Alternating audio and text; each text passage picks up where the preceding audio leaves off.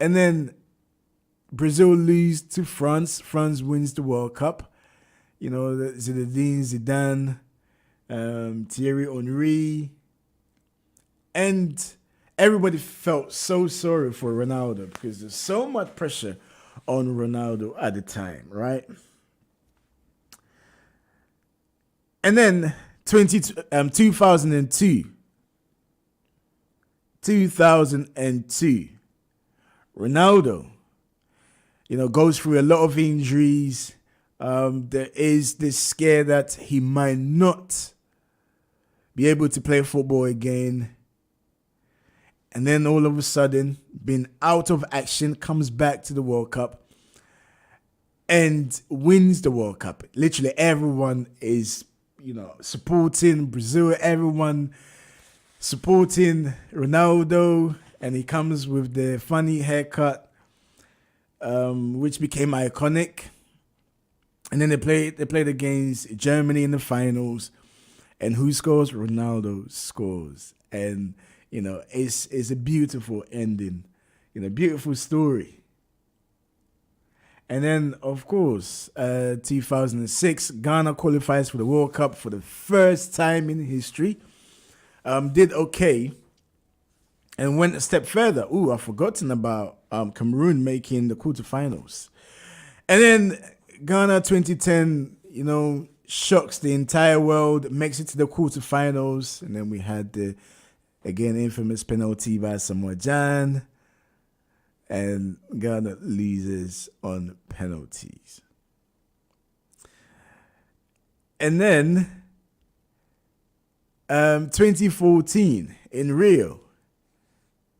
We saw what happened with Ghana again, the fighting and the money issue and government official. It was just a mess, right? The point I'm driving at here is there's always a story, something that happens, right? So let's fast forward to 2022, present day 2022.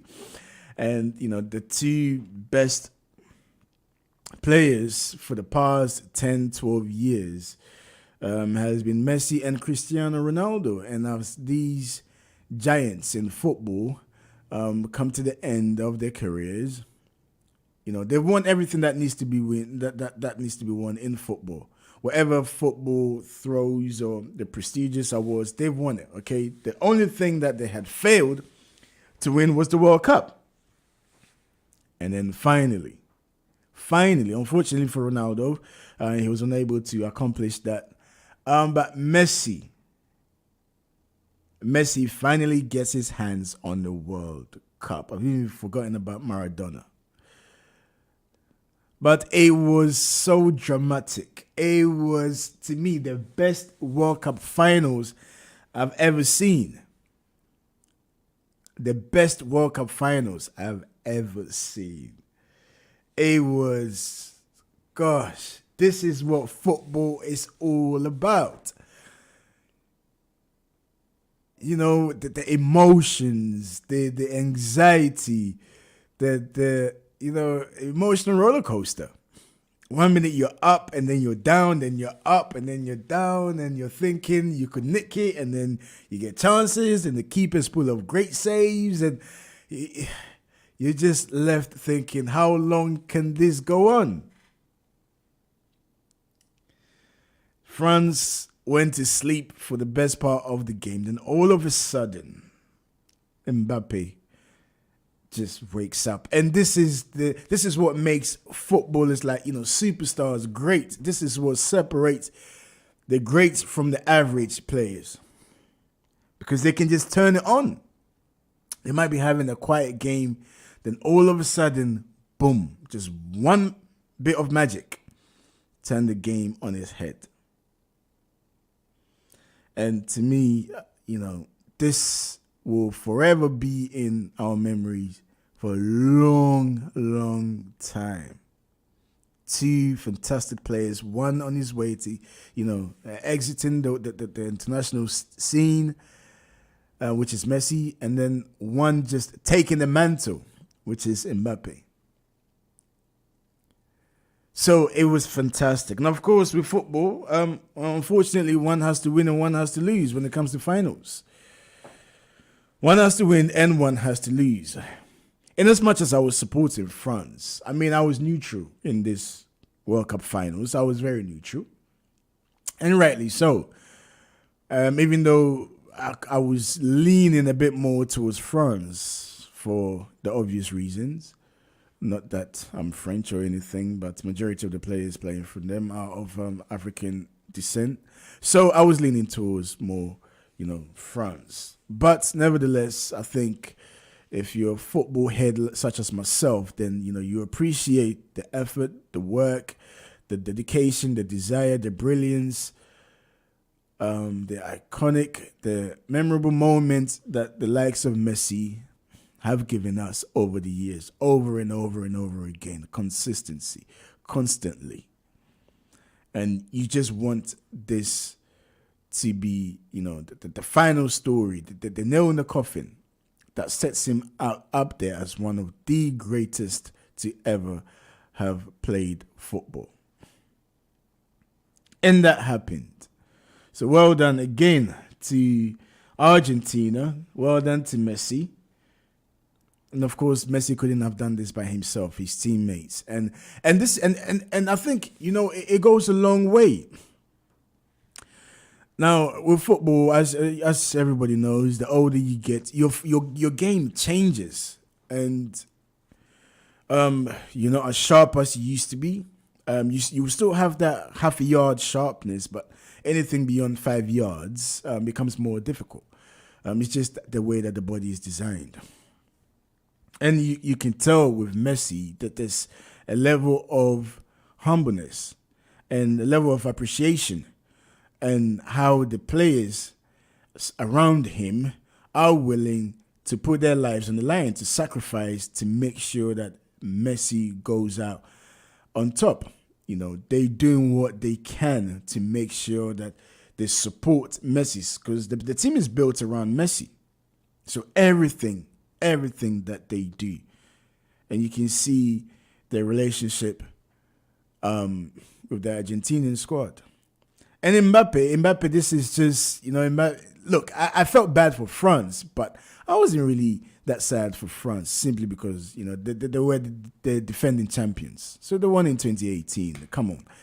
Okay, of course they wanted to make history to equal the Brazilian team who did it back-to-back. But even without the likes of Pogba, Benzema, they were still able to get to the finals. And that's a testament. And Didier Deschamps, the French manager, you also must credit him. When he realized that the team were 2-0 down, he made changes in the first half, which is unheard of, because he realized that, Dembele out on the right was a liability. And rather than going in at halftime 3 or 4 goes down, he said, okay, let's just keep it at 2-0. It gives us a chance to regroup, to reshape, and see what we can do. And, it was fantastic. It was fantastic. What a game, by the way. The World Cup. What a game. Get involved in the discussion this morning, 0203-735-8820 or 0203-286-0185. Alternatively, you can call 0778-793-9958. These are the numbers you need to call. There's a lot to discuss this morning. There's a lot to discuss. Plenty to discuss coming up on this show. The president of Ghana speaks to the United States of America. Why? Because they need their help as his neighbor, Burkina Faso, seeking assistance from Russia.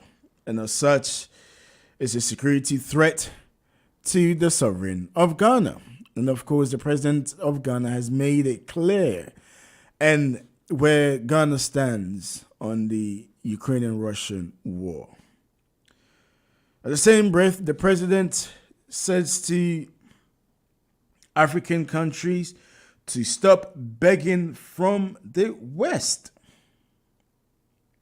to which many people have criticized the president of Ghana and labeled him a hypocrite for his position on one hand saying that Africans should stop begging, and on the other hand he goes and pleads for help from the United States of America.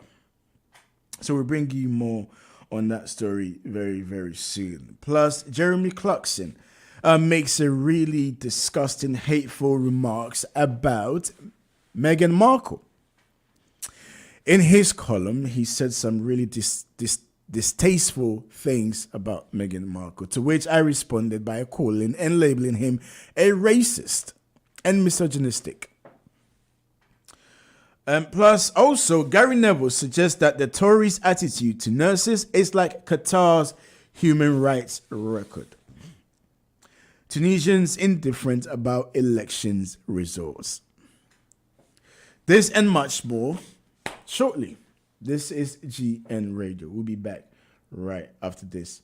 Don't go anywhere. We'll be back soon.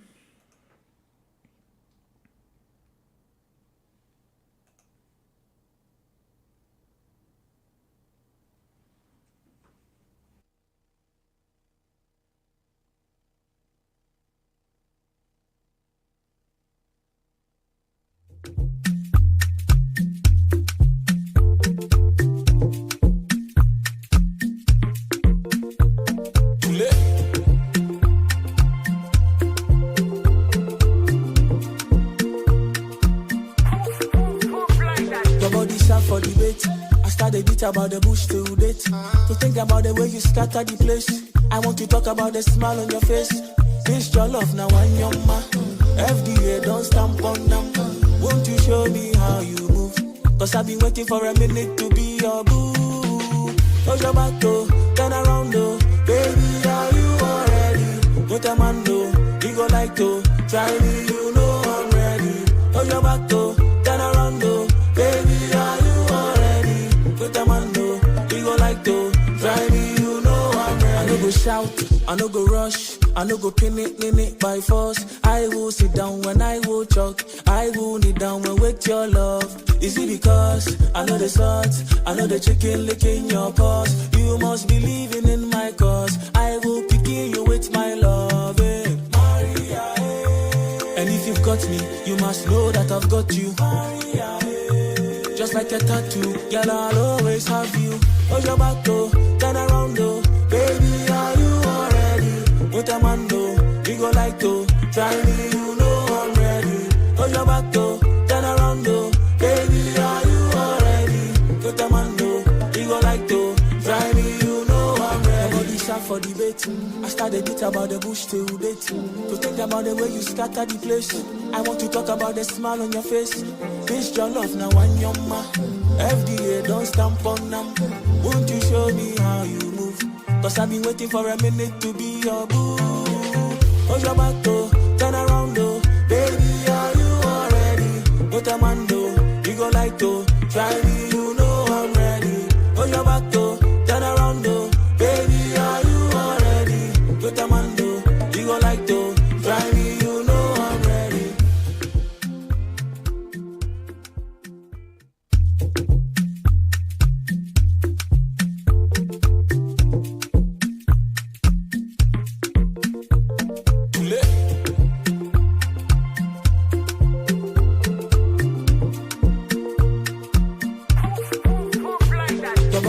For debate, I started it about the bush till date. To think about the way you scatter the place. I want to talk about the smile on your face. This your love now and your ma. FDA don't stamp on them. Won't you show me how you move? Cause I've been waiting for a minute to be your boo. Hold your back though, turn around though. Baby, are you already? With a man though, you go like to try me, you know I'm ready.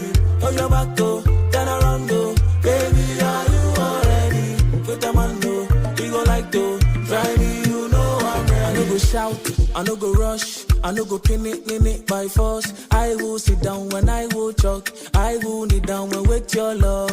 Is it because I know the salt, I know the chicken licking your paws? You must be living in my cause. I will pick you with my love, Maria, and if you've got me, you must know that I've got you, Maria. Just like a tattoo, girl, I'll always have you. Hold your back though, turn around though. Baby, are you alright? Put a man though, you go like to try me, you know I'm ready. Hold your back though, turn around though, baby, are you already? Put a man though, you go like to try me, you know I'm ready. Nobody shot for debate. I started it about the bush till date. To think about the way you scatter the place. I want to talk about the smile on your face. This your love now on your ma. FDA don't stamp on them. Won't you show me how you move? Cause I've been waiting for a minute to be your boo. Hold your back though, turn around though, baby, are you already? Put a man though, you go like to try me, you know I'm ready. Hold your back though, turn around though, baby, are you already? Put a man though, you go like to try me, you know I'm ready.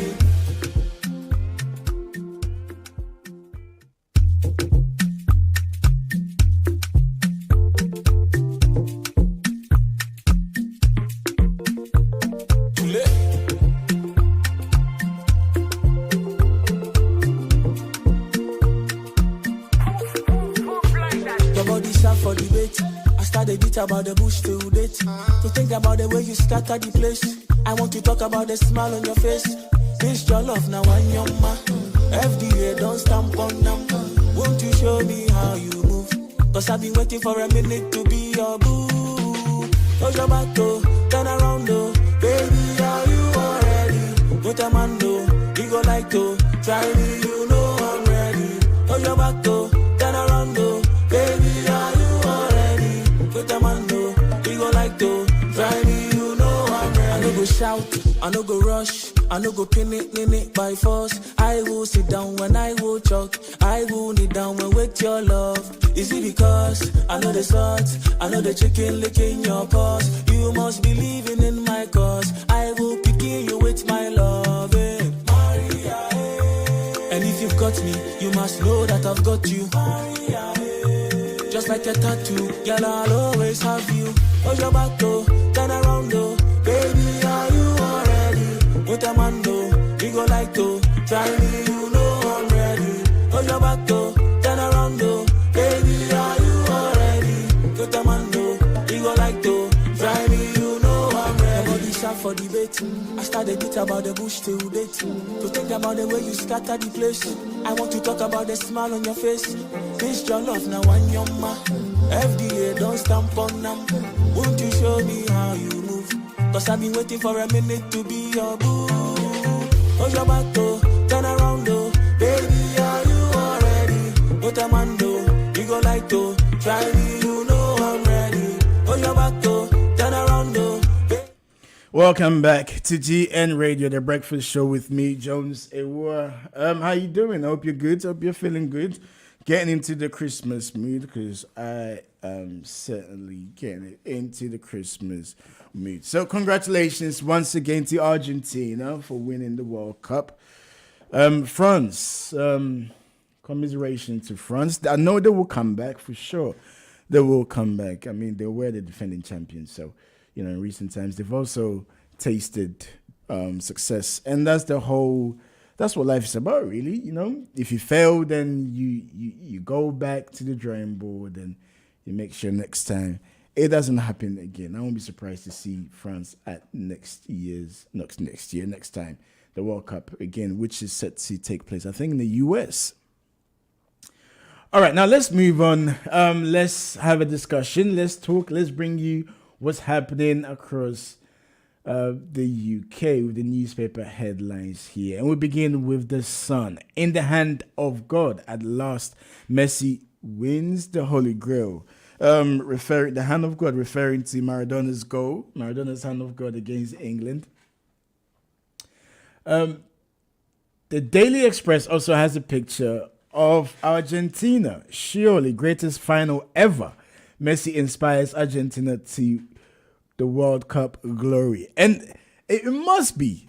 And the reason why there's a sense of joy in my voice this morning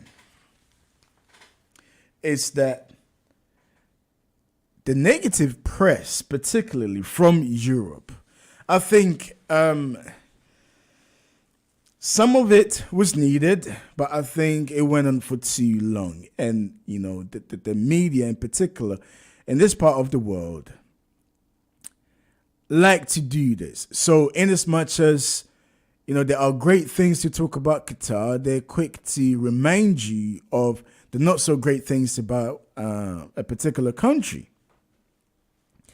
But to the point where the most right-wing newspapers of all time, the Daily Express, has on their front page and says, surely the greatest final ever. And this is what I'm saying. And this is what I've been saying, that people will forever talk about this moment for many, many years to come. And as soon as we start talking about this, we'll mention Qatar. Qatar 22. Qatar 2022. Qatar 2022. Qatar 2022. So, in as much as there were negative press at the beginning of the World Cup to people who were saying they were boycotting the World Cup, which I thought was ridiculous, by the way. I mean, listen, right? We live in a democratic country, so to each his own, to each her own. If you choose not to watch the World Cup, that's your prerogative. I have no issue, no qualms about that. However, I chose to watch the World Cup, and I wonder, just wondering if the ones that said they're not watching the World Cup in the end realized that this was against France. The finals were France and Argentina. I wonder if they suddenly changed their mind. I would like to know the figures, the amount of people that tuned in to watch this finals. It was just amazing. It was thrilling. It was breathtaking. It was unbelievable. It was just, gosh. It was amazing. It was breathtaking. And this is the epitome of a World Cup final. And the fact that Qatar might have, some bad human rights records, I don't think football should have been subjected in this discussion, and to the point where even the opening ceremony was not shown by the BBC, was not covered. And initially, at the beginning of the World Cup, when you listen to some of the pundits, the punditry was really negative towards Qatar. But in the end, football won, and that's the most important thing. That's the most important thing. Now, listen, let me just put a bit of disclaimer here. Okay, now, just because I say that Qatar has poor human rights record does not mean I condone what has happened in Qatar. I do not. But I think to let that political side overshadow the World Cup, of course, use the World Cup by any means to raise awareness, but do not let that overshadow the football. And that's my thing. I'm more concerned at this moment what's happening on the pitch. And of course, FIFA now has decided to pay compensation insurance to the loved ones of people who died in Qatar, in some ridiculous circumstances whilst they were building the stadium. So well done to FIFA. Qatar, from records, death certificates were fake. The cause of death of some of the migrants that died were drawn up and saying that they died of natural causes, which appears to be not true.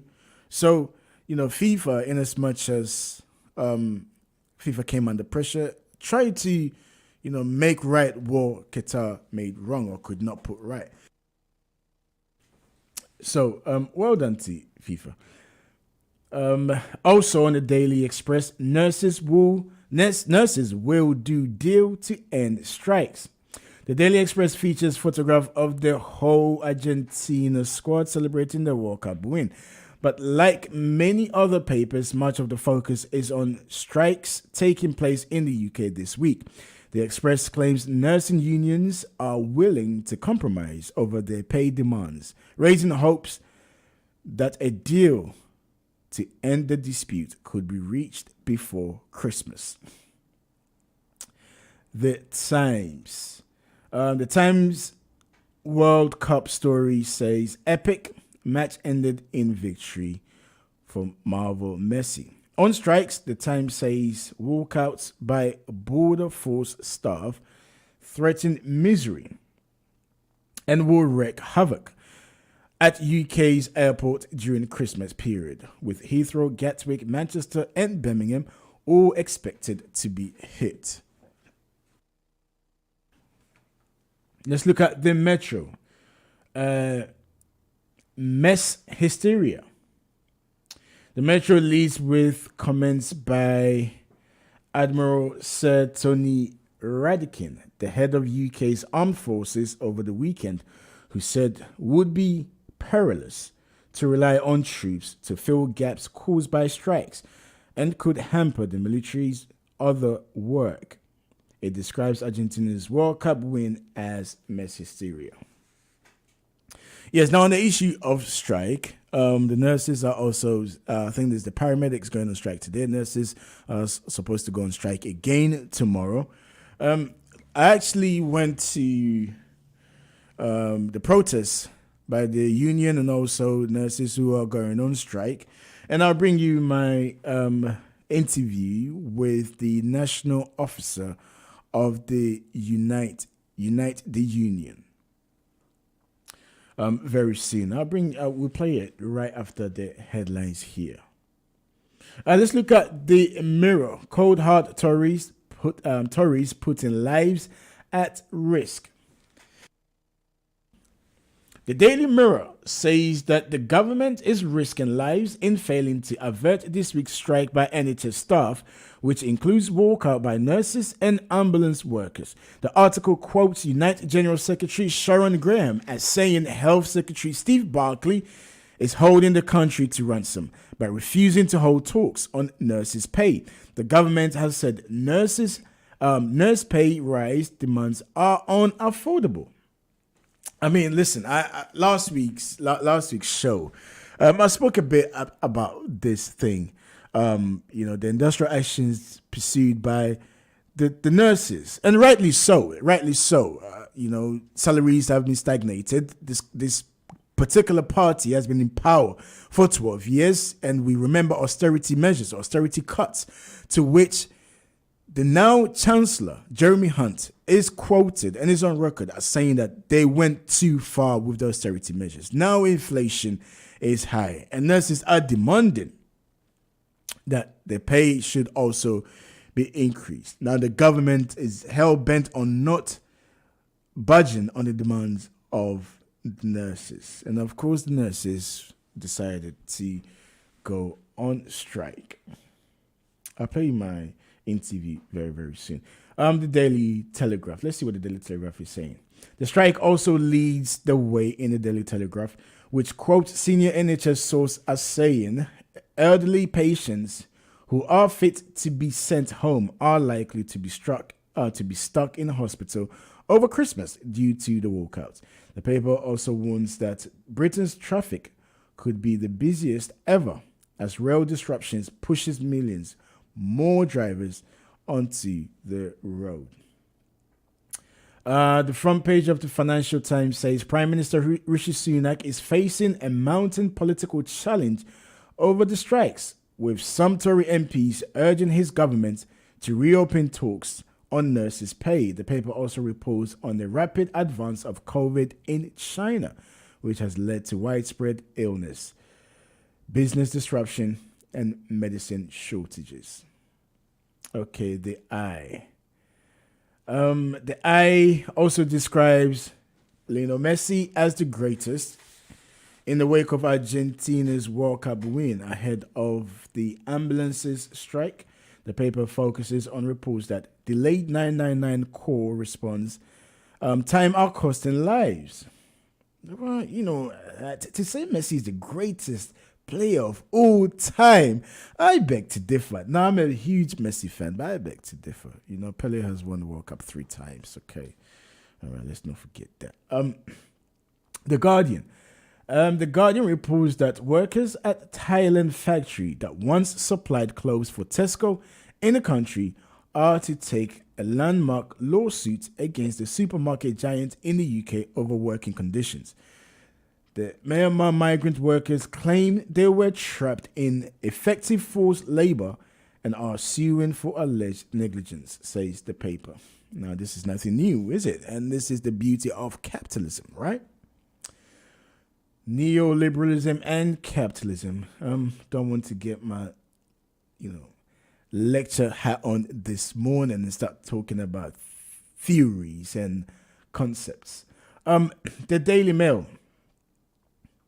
Outrage at Neville's World Cup rant over UK strikes. Now we'll talk about this, right? Because Gary Neville said that, at the end of the World Cup, saying that the way that the Tory government, which is the Conservative government, have treated the nurses is like he compared that to Qatar's human rights records.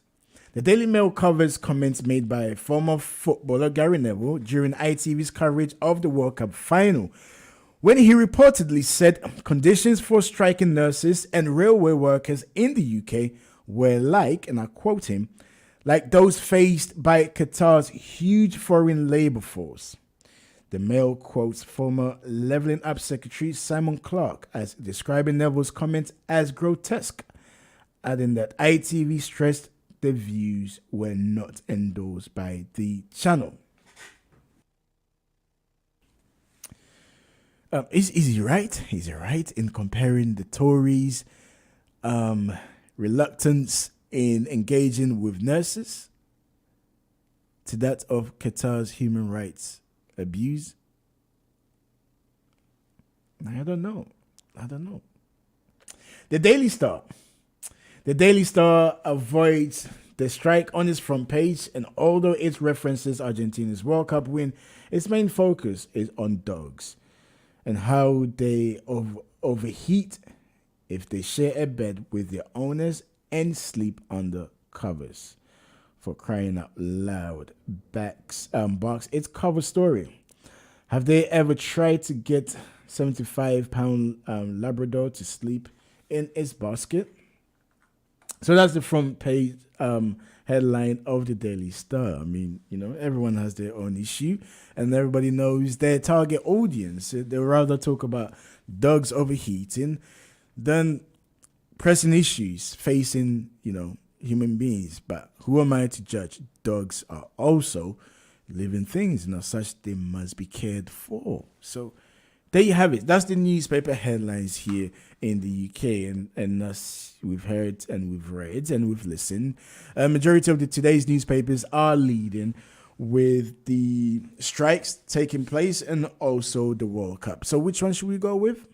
All right. Now, last week, during the protest by the union, I had the opportunity to cover it and also speak to the national officer for the Unite Union, just to ask him a few things. Plus, whilst I was there, I had the privilege to also speak to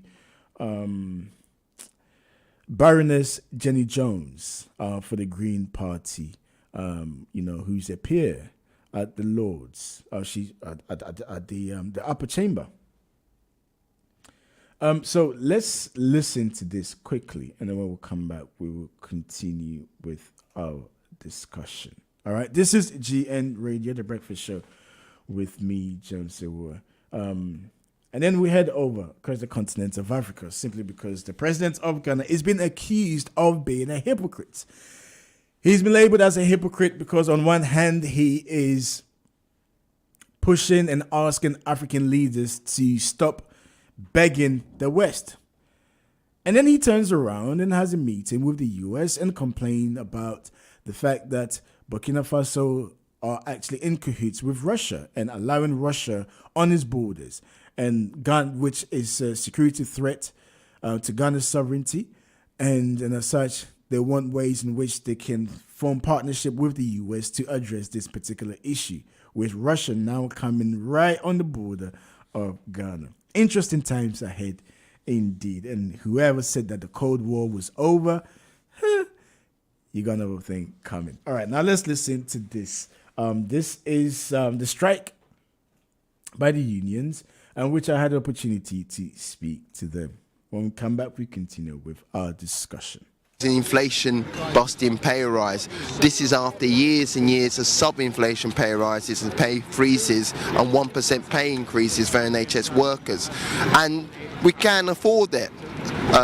We can afford it because a 10% pay increase for NHS workers, or a 10% increase in the pay pot for NHS workers, would only cost the Treasury £0.66 billion because of the receipts the government would get in tax receipts, and also because NHS workers put the money back into community, which improves our economic activity in all of our communities. So we believe it is worthwhile, and NHS workers and other public sector workers deserve a decent pay rise and shouldn't have to pay for a cost of living crisis. What about the timing of these industrial actions and the implication on patients and the vulnerable?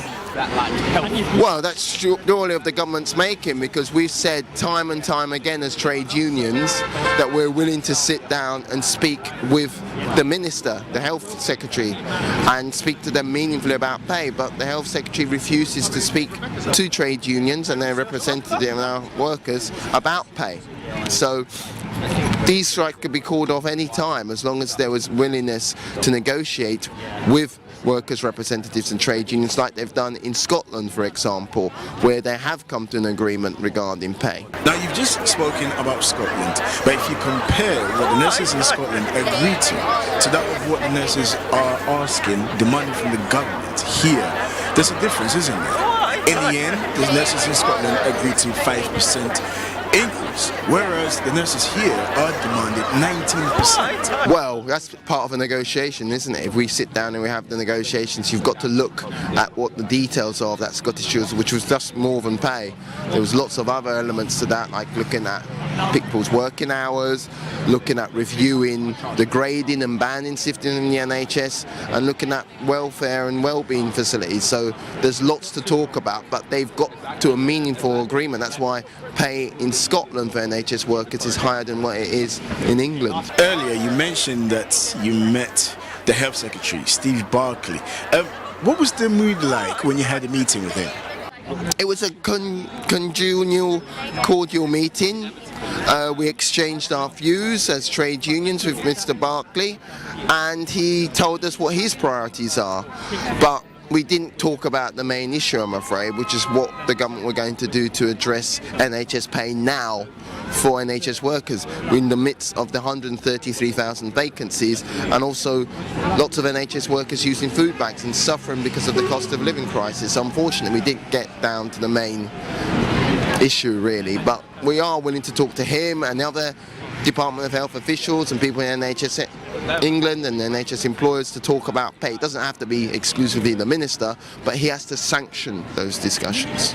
And of course, in the midst of all of this, it is the patients who will suffer.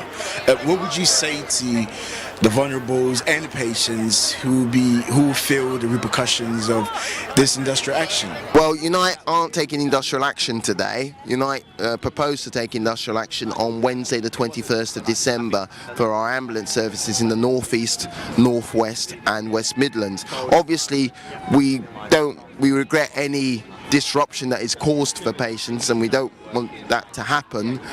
But on the other hand, we are putting plans in place that the people who are going to be most in need will be looked after. So we hope there will be enough facilities and resources for people to be looked after who really need it. So we regret any distress that does occur, or any disruption that does occur, but we hope there will be measures in place to actually sustain those services. Clearly the government is not budging and the union not budging, so what would you deem as acceptable to be able to bring about some resolution to this industrial action?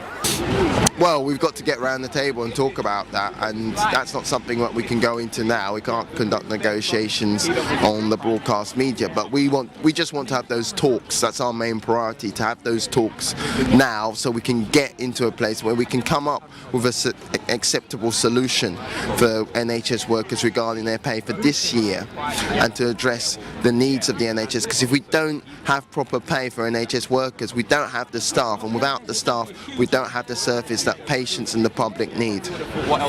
And finally, we all know the economic challenges that we're all facing, and which the government has said it has made it difficult for them to meet your demands. It's a difficulty of the government's own making.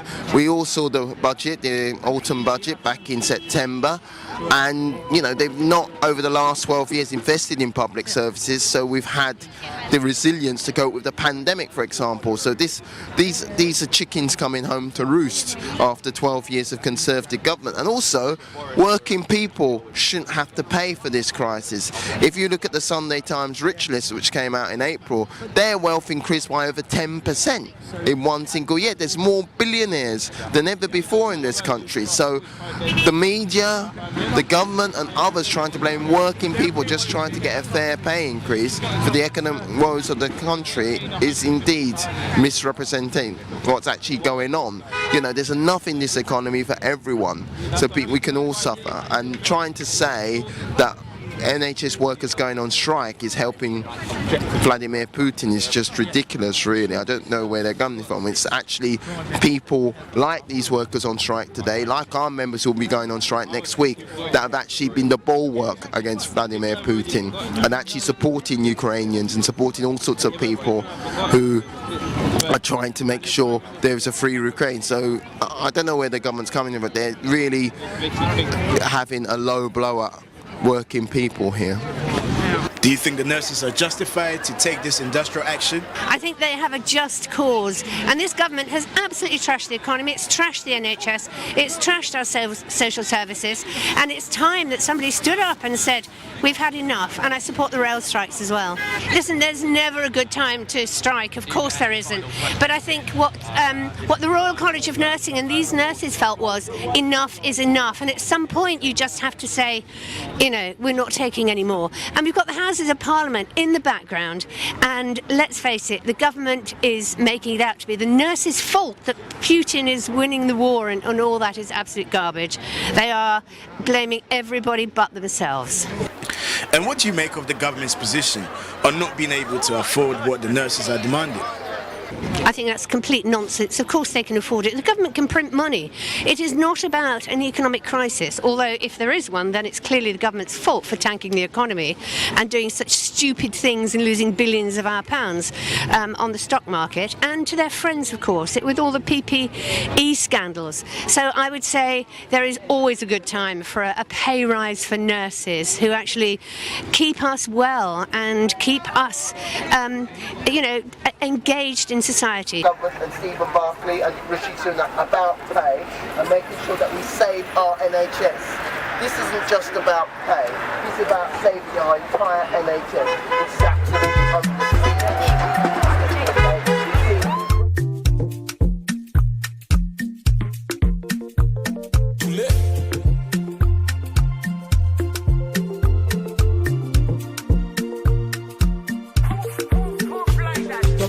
for debate. I started it about the bush to date. To think about the way you scatter the place. I want to talk about the smile on your face. This your love now on your ma. FDA don't stamp on them. Won't you show me how you move? So, excuse me, the voices you heard were, the first voice was Colenso Jarrett Thorpe, who was a national officer for Unite the Union. And then the other voice was Baroness Jenny Jones for the Green Party in the House of Lords that you heard. We're trying our best to see if we can get her to have an interview with her. How marvelous that would be to actually ask them about, just have somebody to talk to with relations to what is happening here in the UK. So let's see where you stand. What's your take on this? Are you in favor of the nurses taking industrial action or not? Let's hear your take. And I think one of the main issue here is the timing of this industrial action. But if you do not, on one hand, if you don't take the opportunity, knowing that this time it's the most busiest time for the NHS simply because of, winter. And as Baroness Jones said, if there's never a right time to take a strike action, there's never a right time. In as much as people will suffer, if the government fails to go and engage the nurses, then this would have serious implications for the government. At the minute, from my personal experience, as in being there and doing an interview, every single car that drove by were beeping the union, which is an indication that they support the strike by the union. And this will put the government in a very uncomfortable position, because initially the government would start by trying to get the citizens, the nation on their side. And when that fails and the people decides to, take sides with the nurses, and then, Rishi Sunak will be in serious, serious trouble. Rishi Sunak will be in serious trouble. And to even go as far as blaming the nurses, which some politicians tend to do, is what, if he's not careful, what could end up topping him. To the point where some Tories are urging the Prime Minister to go back to the table and sit with the nurses and find a resolution to this crisis, because it's not looking good. It doesn't look good. It's not looking good at all. Initially, they tried to say that, the union are just there to disrupt the day-to-day lives of citizens. People want to go to work to feed their family, but it hasn't worked, and it won't work, I don't think. You've been in power for 12 years. During COVID-19, the pandemic, see, this is the beauty, right, of politics. We had Boris Johnson, the former Prime Minister, and the then Health Secretary, Matt Hancock, who's now a reality star, said to us, and I think it was every Thursday at 7 p.m., we stand outside our house and we clap for the NHS. We clap for the NHS. Can you imagine? How? Who came up with this idea? Now, did I partake in this? Yes, I did it. I think once or twice. And I think the third time I thought to myself, hang on a minute. This is ridiculous. Give them something more substantive. Give them something tangible, which will be, of course, the increment to the salary. Not just clap for them. Another ridiculous idea was from Matt Hancock, saying that they should be given an honorary badge.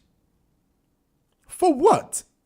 Oh, by the way, during the pandemic, they can sit down and tell their grandchildren during the pandemic that when the COVID-19 hit during the pandemic, I was a frontline worker and this is what I got for my service for the nation. Ridiculous. Absolutely ridiculous. And meanwhile, these guys are giving their friends and family contracts worth over billions of pounds for PPEs that did not work. And what do? 7 o'clock, we stand outside, we'll clap for the nurses. And now, they want to turn the same nurses who they made us clap for them, they want us to turn against them and saying that what they're asking for is unreasonable. I mean, who come up with these things? It's unreasonable. Is it really? Now, listen, I'm for, peace. And I understand the threat to the international system caused by Russia's invasion of Ukraine. I understand. And as such, they need to do as much as they can to contain Russia. But you're pumping billions of pounds into Ukraine to try and subdue Russia or contain Russia. And at the same time,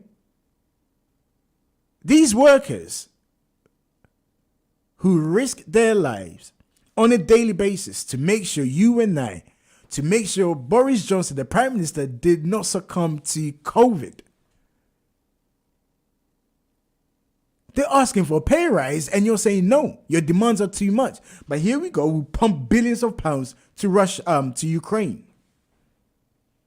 I'm sorry, and I will make this comparison. I will make this, and I'm not apologetic towards it. I will, because when, at the end of the day, people here, in as much as we're concerned of what's happening across Europe, okay, it's not on our doorstep, right? And as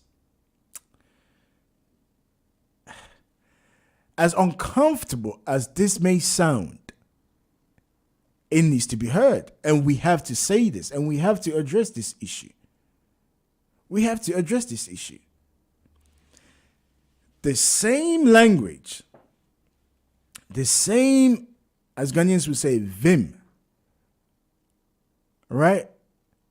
The same energy which was used to talk about sending money or aid to some parts of the world, aid to India, aid to African countries, to a point where we can have an open discussion in an open forum on mainstream television and radio to say that let's subvert that money being sent to Africa or wherever in the world back into this country, because we have poverty crisis here in the United Kingdom. And it seems and sounds logical. Yes, of course it does. You know, the likes of us who argue that is nonsense simply because the amount of money sent to these countries is 0.1% of the country's GDP. But when people talk about the amount, you're sitting down thinking, this is staggering. Surely this could be used to help our people here, our nation first. So what is the difference in this case here? What is the difference? I mean, let's remove, okay, let's unpick this. Remove the fact that it's going to a third world country. Remove the fact that it's going to Ukraine. Okay, so I'm not trying to say that, it's because they're Africans, that's why they want to take this.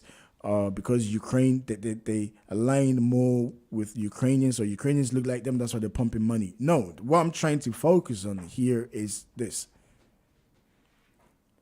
Surely you look after your people first, like Trump said it, America first, isn't it? It will be Great Britain first. And I'll say this again. In 2019, at the election, general elections, when Theresa May needed the help of the DUP to have majority in Parliament, she was able to dig out £1 million. Prior to that, she said there was no money and kept asking, where's Jeremy Corbyn going to find money from? About his policies. Then all of a sudden, to the point where she said that, there's no magic wand. Then all of a sudden, she was able to find that money.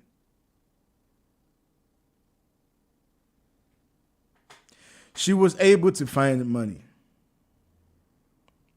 Sorry, not 2019, 2017. Theresa May gave the DUP £1 billion, not 1 million, £1 billion Now, prior to that, she had said that there's no money, there's no magic wand to find any money. But to remain in power and to have majority in parliament, she found £1 billion for the DUP party. So for this government to suggest that what the nurses are demanding is unreasonable, it beggars belief. It's ridiculous. Absolutely ridiculous. Absolutely ridiculous. And the government, and this is what the government is standing on. The independent committee who sets about, the pay structure.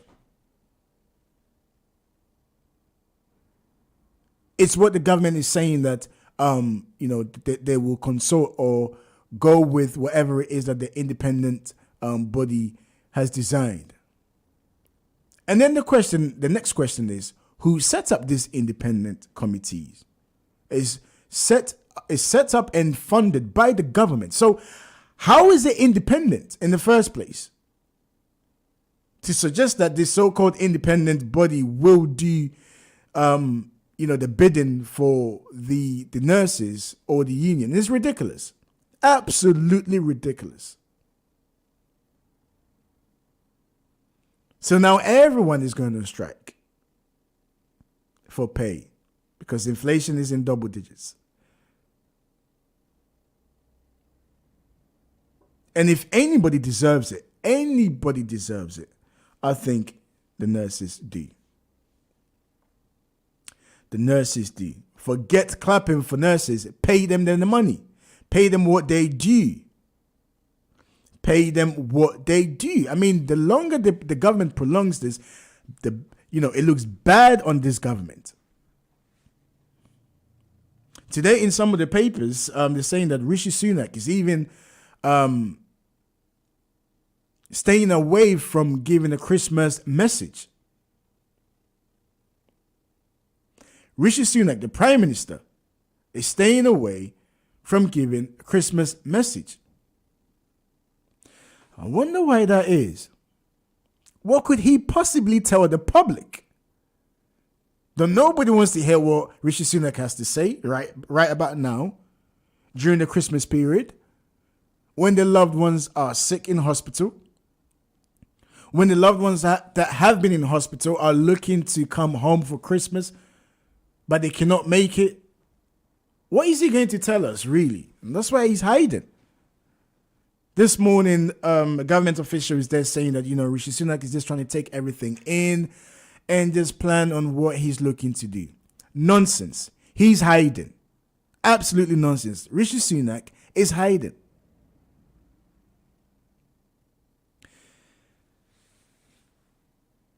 The quicker he gets around the table to resolve this issue, the better it will be for him and his government. In as much as, this will bring about some, real disruption, especially, patients who are unwell and the elderly and people that have appointments that cannot be fulfilled. I feel for them. But at the same time, the government cannot get away with this and not be held accountable. Cannot. The time now is nearly 9:45. Well, on my watch here is 9:46 and another one says 9:48. Nevertheless, it's nearly 10 o'clock. And I'd like to hear your take on what we've discussed so far. The number you need, 0203 735 8820. Alternatively, you can call 0778 793 9958. These are the numbers you need to call. Or you can send a text message and I will read your text message. I'll read your messages out. Mind you, we are also streaming live on Facebook. So head over onto our Facebook page and leave your comments on there and I'll read them out. Our social media page at GN Radio UK. We're going to take a quick break And when we come back, we'll talk more. Or is it not time for a break yet? Is it not? Okay. My producer's telling me we should just carry on for a little bit more before we go on the break. And then on the other side of the hour, we'll look at issues trending across the continent of Africa. And one particular story that I can't wait to get my teeth into is the one of the president of Ghana. President Nana Akufo-Addo has urged African leaders to stop begging from the West, essentially. And at the same time, he had a meeting with the U.S. Government about the need for the U.S. to help Ghana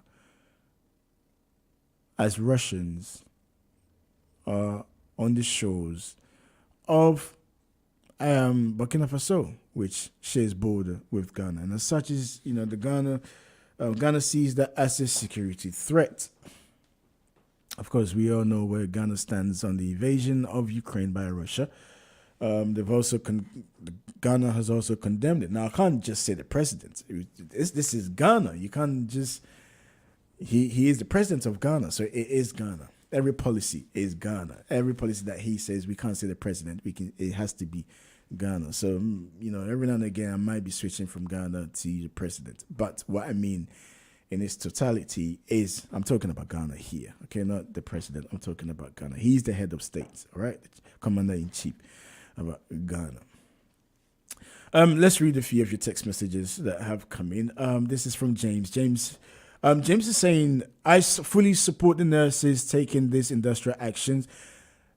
This party, as you said, have been in power for 12 years. We cannot overlook the fantastic work that the NHS have done, especially during the COVID-19 period, and they deserve everything that they're asking for. The government needs to sit up and give them what they are due. Good morning and good show as always. Thank you, James. Nathan is saying, I'm listening to you all the way from Manchester. Thank you, Nathan. I agree with the World Cup that I know some people that said they were boycotting the World Cup simply because of the negative press Qatar received. Nonetheless, I was sitting with the same people over the weekend to watch the World Cup finals. And may I also add, they watched the semi-final match against France and Morocco.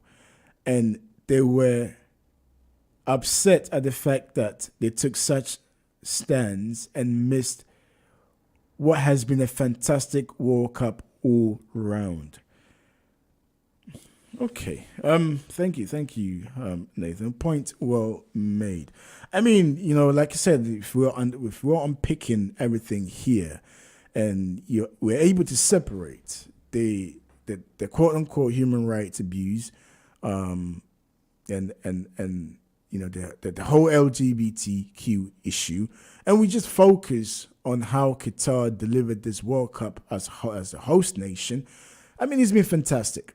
It has been fantastic. It has been absolutely fantastic. And this is what the World Cup it's all about. This is what the World Cup is all about. And FIFA, I mean, well done to FIFA. When it needed, Infantino stepped in to say the truth, really, to say the truth on how Europe has no moral right to educate or inform or to even discuss human rights abuses. Now, it's one thing to raise awareness, that's fine.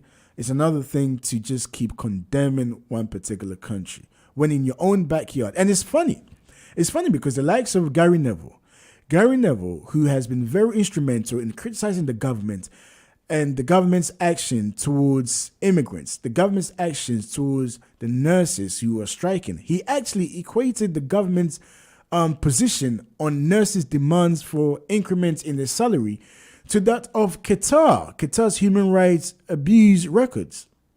And it's telling, isn't it? And this is the hypocrisy in everything if we really start to unpick and we look at things for what they really are. And this agenda has always been that of the West. And now when I say the West, you know exactly what I'm talking about, right? We're talking about the US and also Europe, the UK in particular. Of course, you got France and Germany, right? And I mean, yesterday at the finals, we saw the French president, Macron. Macron was part of the dignitaries who were handing out the World Cup medals and so on and so forth. And so to just condemn and not look at issues back home, it's just beyond me. It's beyond my imagination. In as much as we condemn what's going on in Qatar, we should also condemn what's going on here. And, Gary Neville has been very vocal about that, to the point where he's actually making a comparison to the austerity measures brought about by this party and the government, successive governments in this country, to that of what migrant workers faced in Qatar. Has he got a point?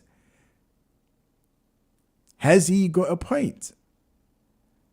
Of course he's got a point. I wouldn't go as far as him, but I think he's hit the nail on his head here, raising awareness, using his platform, using the World Cup to also raise awareness of what nurses are facing here as a result of the British government.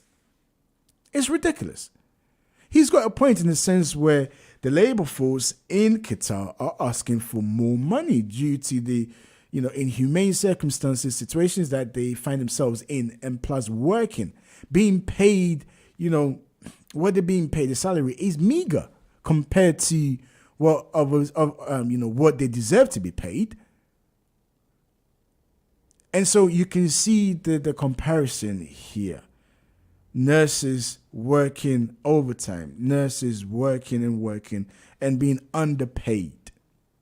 And the government's position, the government saying that the nurses do not deserve what they are asking for.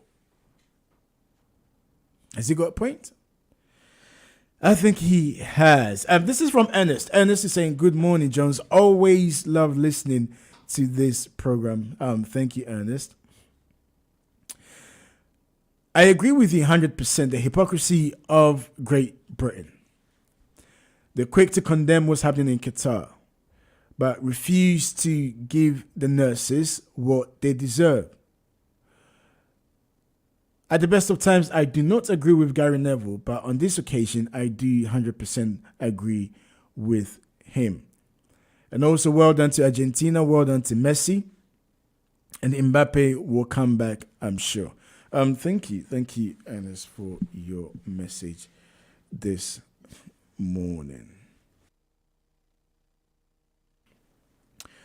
Okay, Gideon has sent in this message. Jones, industrial actions are always welcome, but consideration has to be taken into account. The timing. In your interview, I heard you ask about the timing of the industrial actions, to which I disagree with what the lady said. There's never a right time for industrial actions, but come on. Off the back of the COVID-19, there's been a backlog of hospital appointments and caring for the elderly. For nurses to go on strike and not wait till somewhere in next year is bewildering. I don't understand why they would take this action right now. I'm enjoying your show as always. Gideon, I totally disagree with you, by the way. Thank you for your message. But this is the whole point of having, this show here. We agree to disagree, right? It's a monologue. It's a dialogue. Sorry, I beg your pardon. Not a monologue. I disagree with you simply because, the Baroness said, there's no actually right time to protest. Now, don't forget, this has been ongoing. They didn't just wake up and said, we're going to protest around leading up to Christmas. They didn't just wake up to say that. This has been ongoing with the government, in which the government has refused, point blank, to engage with them. The leader of the union, when she was interviewed about her interaction with the health minister, Steve Barclay, simply said they sat down, she spoke, he picked up his book, picked up his bag, and left. And I appreciate the fact that there are two sides to every story. That's not the point here. The point I'm making here is this. These are nurses whom sacrificed their lives, and we were told to clap for them, as if that is the best that the government can do. And secondly, on your timing issue, when do you think? I mean, I can only assume that you're a libertarian. You believe in the rule of law, and you also believe in the quote unquote democracy, right? The rights of individual. And if you want to make a stance, if you want to take a stance against a policy, when do you think is the best time? Of course, you will jump on, a big event taking place to make your voice heard. And as such, they've taken this position purely because this is the most busiest time for the NHS. And it's leading up to Christmas. And if they don't, the government will not listen. The government will not listen. Now they've caught everybody's attention. They've got everybody's attention to the point where the government initially tried to get people against the nurses, but it hasn't worked. It hasn't worked, and it will not work. Like I said, when I was there covering this protest, every car that went by were tooting their horns or beeping in support of the protest. Absolutely. Again, 2017, like I said earlier on, Theresa May said there was no money. There was no money. Now, if you're asking where's the money going to come from, I simply don't care where the money is coming from. They've got to find the money. He is the prime minister at the end of the day, and you're put in office. Being a prime minister is not easy. Of course it's not easy. And I appreciate the fact that it's not easy. But at the end of the day, if you put yourself to become the prime minister, these are challenges that you will face, and you have to address and face it full on, not hide behind your desk and just leave things and pretend that things will go away, acting like an ostrich. We're taking a quick break. This is GN Radio, the breakfast show with me, Jones Silver. When we come back, we continue with our discussion. We'll be back shortly.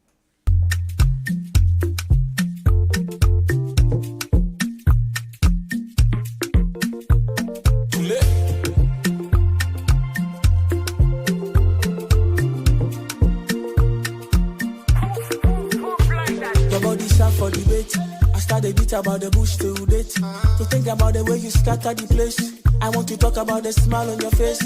This your love now and your ma. FDA don't stamp on them. Won't you show me how you move? Cause I've been waiting for a minute to be your boo. Close your back though, turn around though. Baby, are you already? Don't a man though, you go like to try me, you know I'm ready. Close your back though, turn around though. Baby, are you already? Put a man though, he go like to try me, you know I'm ready. I no go shout, I no go rush, I no go pin it by force. I will sit down when I will choke, I will kneel down when with your love. Is it because I know the sauce, I know the chicken licking your paws? You must be believing in my cause. I will pick you with my love, Maria. And if you've got me, you must know that I've got you, Maria. Just like a tattoo, girl, I'll always have you. Hold your back though, turn around though. Baby, are you already? Put a man though, you go like to try me, you know I'm ready. Hold your back though, turn around though. Baby, are you already? Put a man though, you go like to try me, you know I'm ready. Nobody sharp for debate. I started beat about the bush till date. To think about the way you scatter the place. I want to talk about the smile on your face. This your love now and your ma. FDA don't stamp on them. Won't you show me how you move? Cause I've been waiting for a minute to be your boo. Hold your back though, turn around though. Baby, are you already? Put a man though, you go like to try me, you know I'm ready. Hold your back though, turn around though. Baby, are you already? Put a man though, you go like to try me, you know I'm ready.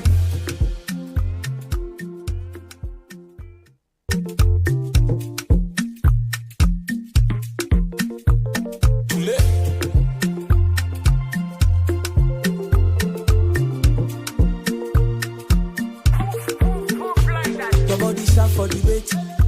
beat about the bush till date. To think about the way you scatter the place. I want to talk about the smile on your face. This your love now on your ma. FDA don't stamp on them. Won't you show me how you move? Cause I've been waiting for a minute to be your boo. Cause your back though, turn around though. Baby, are you already? With a man though, you go like to try me, you know I'm ready. Cause your back though, turn around though. Baby, are you already?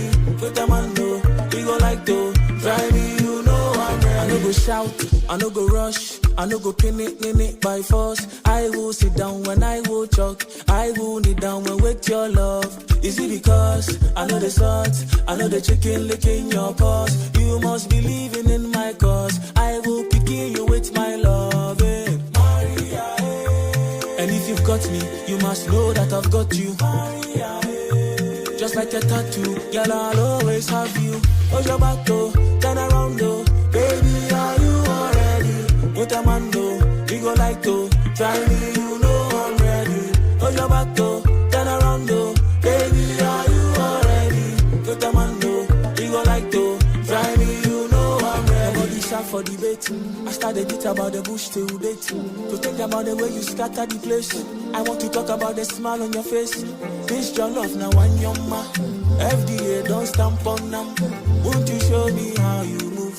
Cause I've been waiting for a minute to be your boo. Hold your back though, turn around though. Baby, are you already? With a man though, you go like to try me, you know I'm ready. Hold your back though, turn around though. Baby, are you already? With a man though, you go like to try me, you know I'm ready.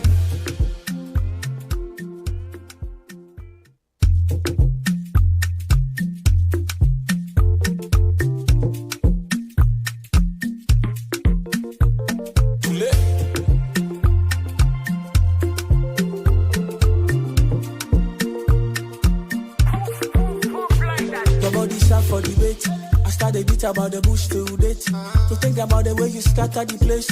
I want to talk about the smile on your face. This your love now on your ma. FDA don't stamp on them. Won't you show me how you move? Cause I've been waiting for a minute to be your boo. Hold your back though, turn around though. Baby, are you already? With a man though, you go like to try me, you know I'm ready. Hold your back though, turn around though. Baby, are you already?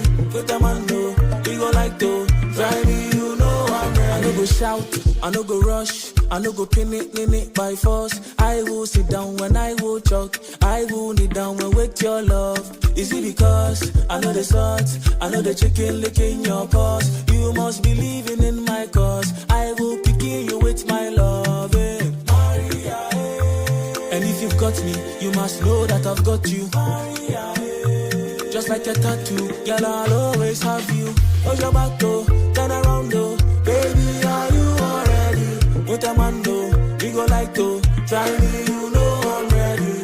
Hold your back though, turn around though. Baby, are you already? With a man though, you go like to try me, you know I'm ready. Nobody sharp for debate. I started it about the bush till date. To think about the way you scatter the place. I want to talk about the smile on your face. This your love now on your ma. FDA don't stamp on them. Won't you show me how you move? Cause I've been waiting for a minute to be your boo. Hold your back though, turn around though. Baby, are you already? With a man though, you go like to try me, you know I'm ready. Hold your back though, turn around though. Baby, are you already? With a man though, you go like to try me, you know I'm ready.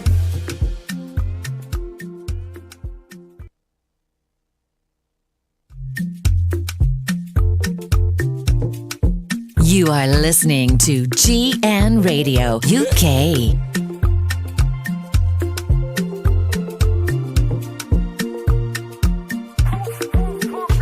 Your body sharp for debate. I started it about the bush till date. A partridge in a pear tree. On the second day of Christmas, my true love gave to me. Payanamu and a partridge in a pear tree. On the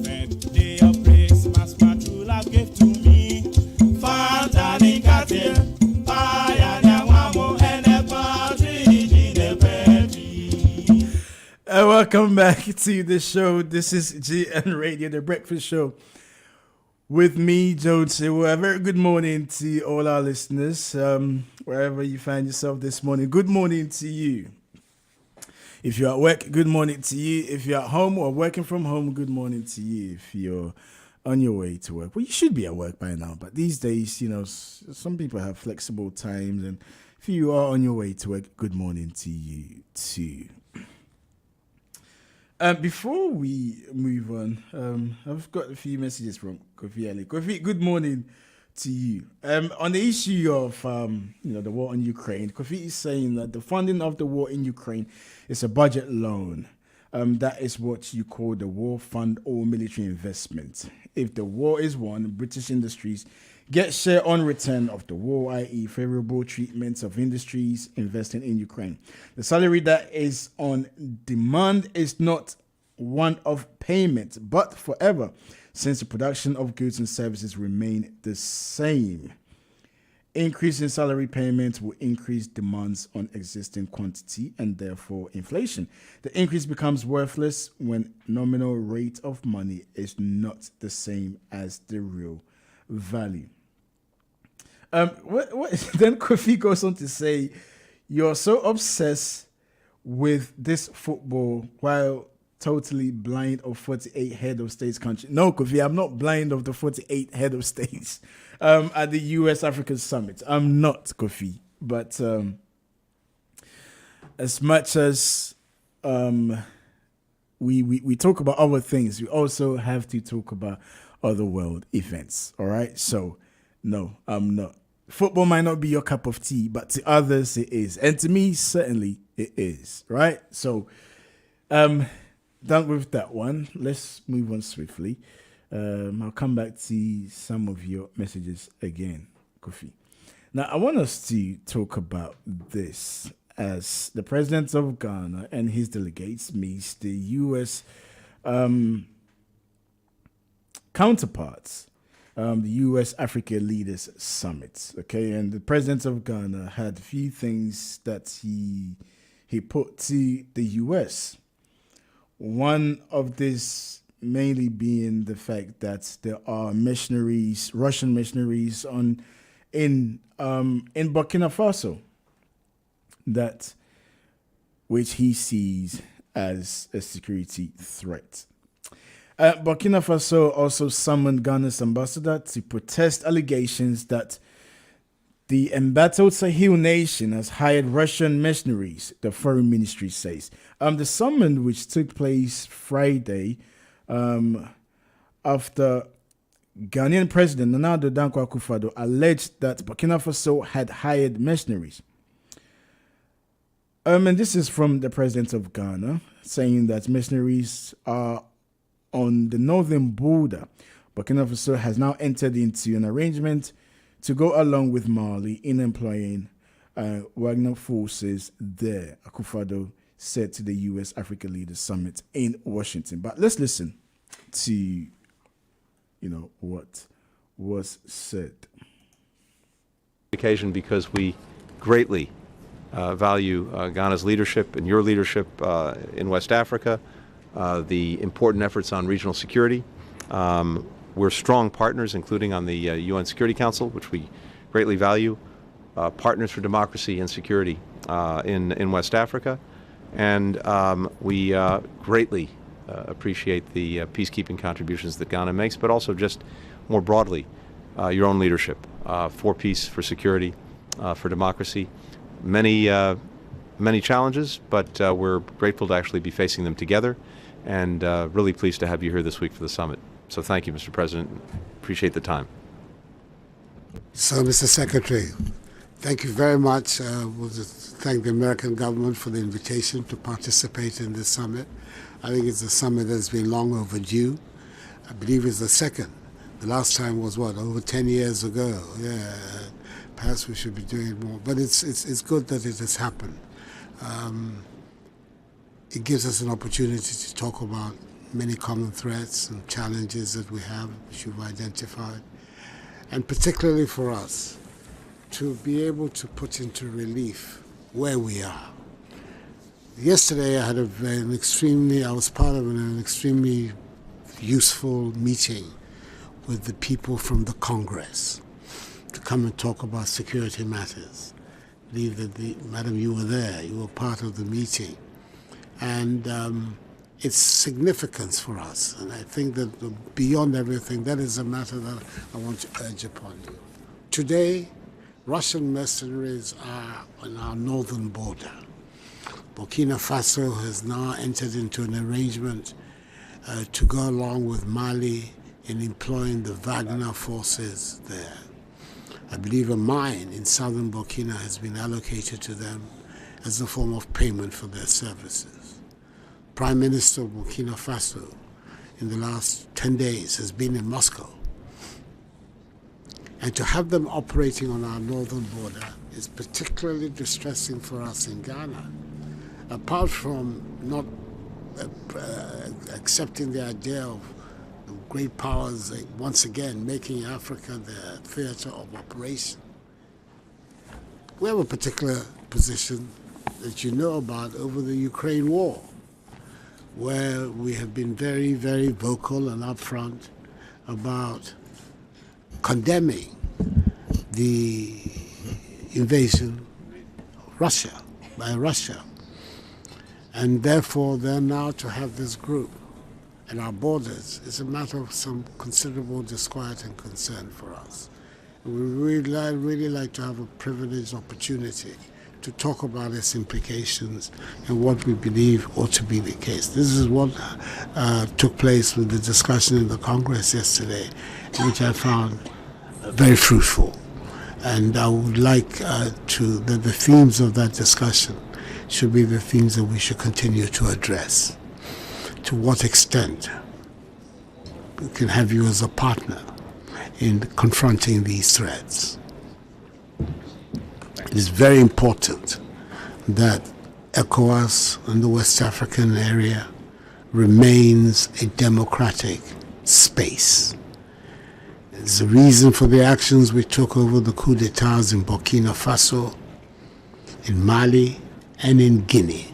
And ECOWAS has been very consistent in refusing to deal with these governments because of the undemocratic nature of their accession to power. The commitment to democratic values and institutions is a high priority for our states. We in Ghana have been through all kinds of arrangements, governance arrangements in the past, one-party state, all kinds of experiments have taken place. And our people are now very clear in their mind. They want to go down the avenue of democratic engagement. And that is why the last 30 years of the Fourth Republic have been the most stable in our country's history. We want to do everything to preserve that. But there are enemies of democracy who are working hard in West Africa today. And therefore it's important that we bring that matter to your notice and see to what extent we can engage you as a reliable partner in the pushback of those forces.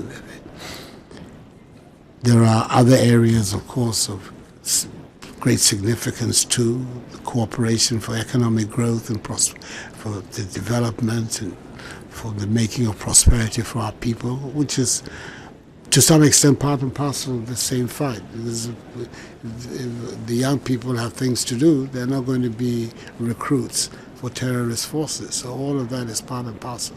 But specifically, what we can do about the terrorist threat in West Africa is now the major security concern of all our states, especially the coastal states, that up till now, to the last 6 months, have been relatively free of this threat.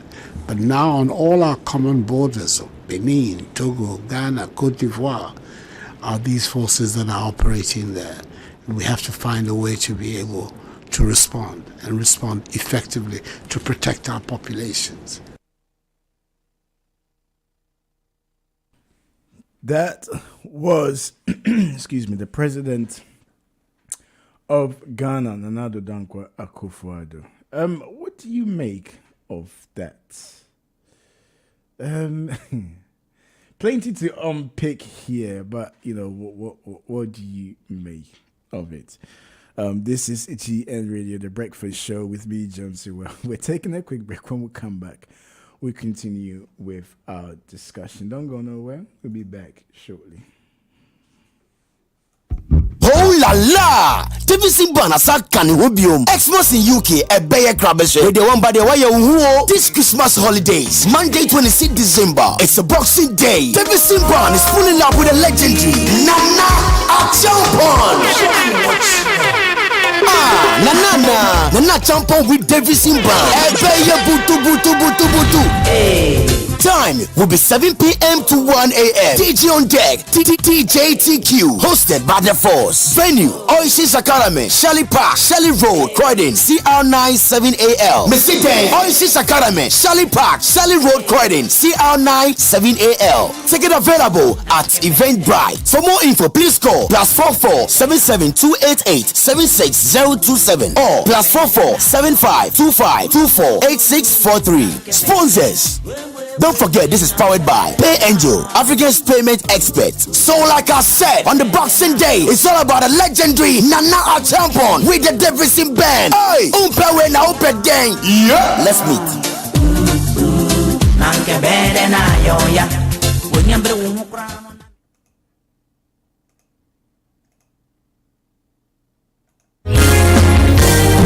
Yo, Ghana for you want English approach my moha. Ya sweedy. Yenye emrenyimfo a won akwada wo emrenimo a poto kasa mu ye kasa a lawyer for entimi niano mo yemfo immigration ensem nyina enko dan wo mo Fortwell solicitors emrenimo akuku drofo se watna ha che ombeboa wo ma wonsa ka won krata na se wedi edro nso a eyo mo kokokra eba ne nipa sitena mu eni adwuma mu nsem bia omudi mu akotene pa omo wo mre di mani pa bia na de enika wo mu mponi se no consultation fee. Fortwell solicitors always puts our clients' needs first. We specialize in all UK visa applications, detention and deportation cases, student and work points-based work permit applications from both UK and abroad. Fortwell solicitors also deals with long residence and human rights applications outside the immigration rules. Don't wait till last minute. Fortwell solicitors is located at Unit 1, ground floor, Katrina House, 58 Clarendon Road, London, N80DJ. Nearest tube station, Tempark Lane and Wood Green. Overground, Hornsey Station. Buses 41 to Archway and 144 to Maswa Hill. For more info, call 0203 3257 030. Call our 24-hour line on 0754 8701 011. Website www.fortwellsolicitors.com. Opening hours Monday to Friday 9:30 to 5:30 p.m. Thursday Beyonce Young Milton Keynes. Fortwell Solicitors is regulated by SRA. Fortwell Solicitors.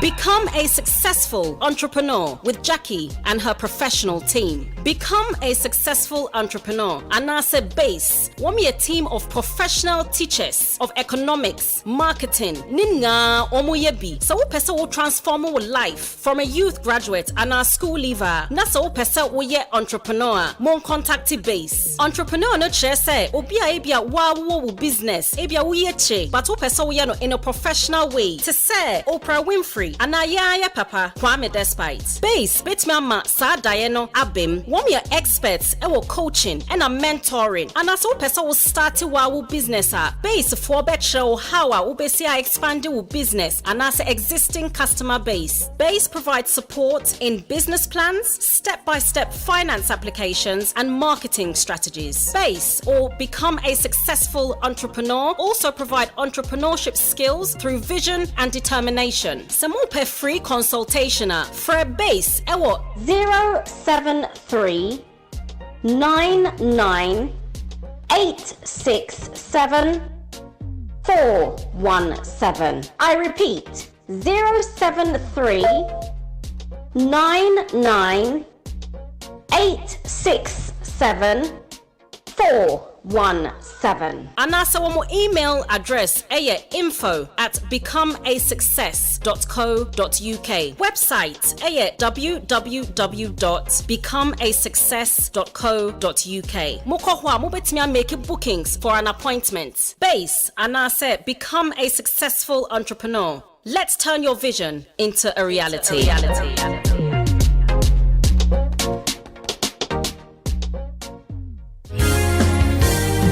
Yo, Ghana for you what English approach my moha. Ya sweady.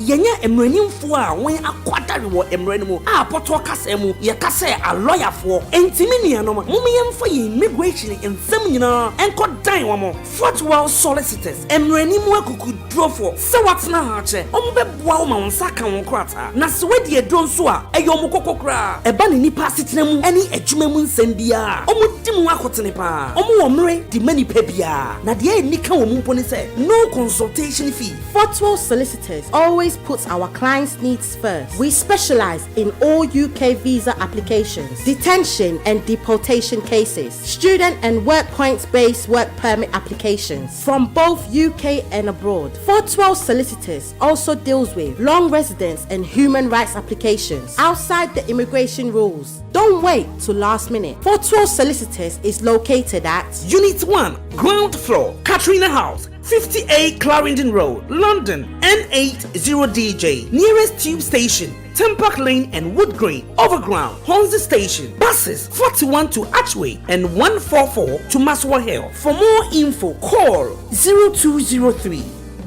3257 030. Call our 24-hour line on 0754 8701 011. Website www.fortwellsolicitors.com. Opening hours Monday to Friday 9:30 to 5:30 p.m. Thursday Beyonce Young Milton Keynes. Fortwell Solicitors is regulated by SRA. Fortwell Solicitors.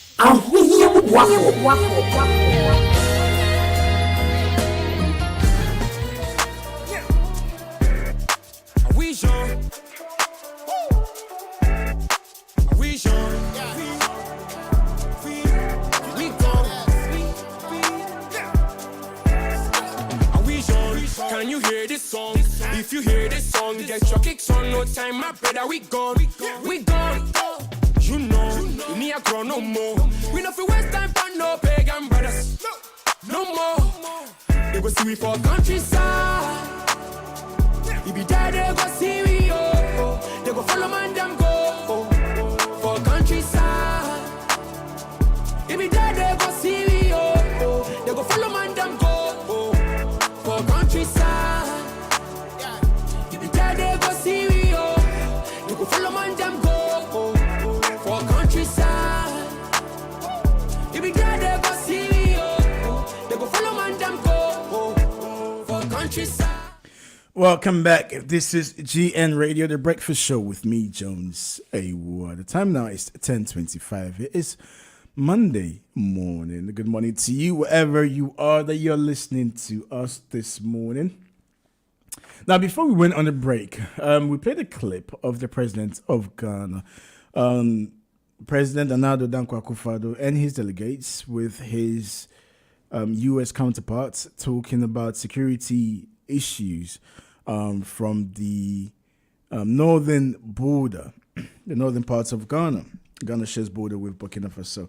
To the point where the president was driving home the security issues as he suggests that Burkina Faso have invited the Wagner missionaries onto their land, in which, you know, Ghana sees it as a threat to its sovereignty, and as such to form a partnership with the U.S. to address this particular issue. Now, it's worth noting that Burkina Faso have condemned this, said that this is not true, and they would have preferred for the president of Ghana to have used a different channel to find out about whether this is true or not true, as opposed to heading off to the U.S. in the U.S. and Africa Leadership Summit, to make this public to the entire world.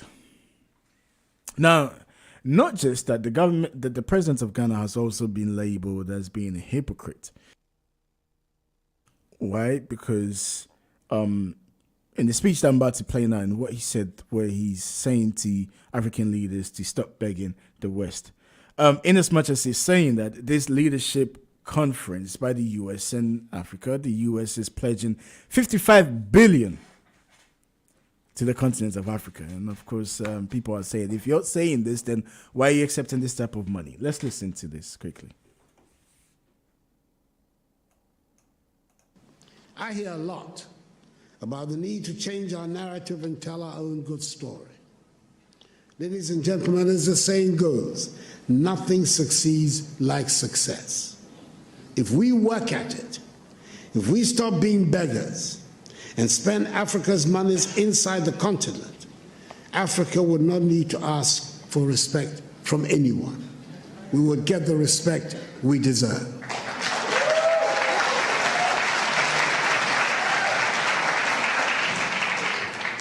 Over 30 years ago, one of America's most prestigious Ivy League universities offered a course in Mandarin, which for years had virtually no takers. Today, there is standing room only. And it is not because the course is any easier. It is because the position of China has changed. 30 years ago, 20 years ago, China was nowhere near where it is today. China does not ask for anyone for respect now. She does not need it. Let us make our continent the prosperous and joyful place it should be, and the respect would follow. I thank you for your attention. Okay, so that was the president of Ghana, Nana Akufo-Addo. Calling on African leaders to stop begging. Comparing that to China. China today, out of respect, the Chinese language, the Mandarin language, is being used to teach in other universities. And I mean, listen, in as much, if you permit me, I could possibly take this a bit further. I don't know if should I? All right, let's see where we land. Like I say to you, every time I come here, yes, I do read the stories and I get it, but I do not formulate my answer or what I'm going to say simply because I like it to be authentic, right? And so you can hear my thought process, and maybe you could also challenge me. And sometimes if I'm veering off, maybe you can push me back, or you could disagree or agree. I don't really mind. And that's how I approach, a lot of the shows that I do. And if you may permit me, I might just take this a bit further and just bring a bit of a historical element to this. And I like the fact that the president mentioned China, because a lot of people will say that, look, during the time that Ghana gained independence and, we compare Ghana to China or Vietnam and so on and so forth, right? And then today you compare both countries, and then, it's a clear distinction between the two. And if you recall our previous clip that we played to, with the president speaking to the US delegates, talking about the security issues of the Wagner forces on the northern border of Ghana in Burkina Faso. The president said one thing, to which the US counterparts also began by saying that Ghana have been advocate for peace and security and democracy. He kept hinging on democracy. He kept pointing to democracy. And of course, the president of Ghana, in his response, also made mention of the fact that there are forces who are against democracy on the shores of, the western part of Ghana, which he spoke about the borders of Togo, Burkina Faso. He even spoke about Niger, also spoke about Ivory Coast, right? And these are anti-democracies, forces operating in that region. And I just want us to just take a step back. So here, just look at the issue at hand here. Democracy, respect of China. And post-Second World War, when these new countries, especially when I say the new countries, the new emerging states, Africa, Latin America, and Asia, the Second World War, the US and the Soviet Union at the time were looking to push their influence across the world, particularly these new emerging states. When I say new emerging states, I simply just mean that these new countries that were being formed. So we've come to Africa, the likes of Ghana, Nigeria, and other states. And these countries were deemed as undeveloped, impoverished, poor. And as such, there was a need for these countries to be developed.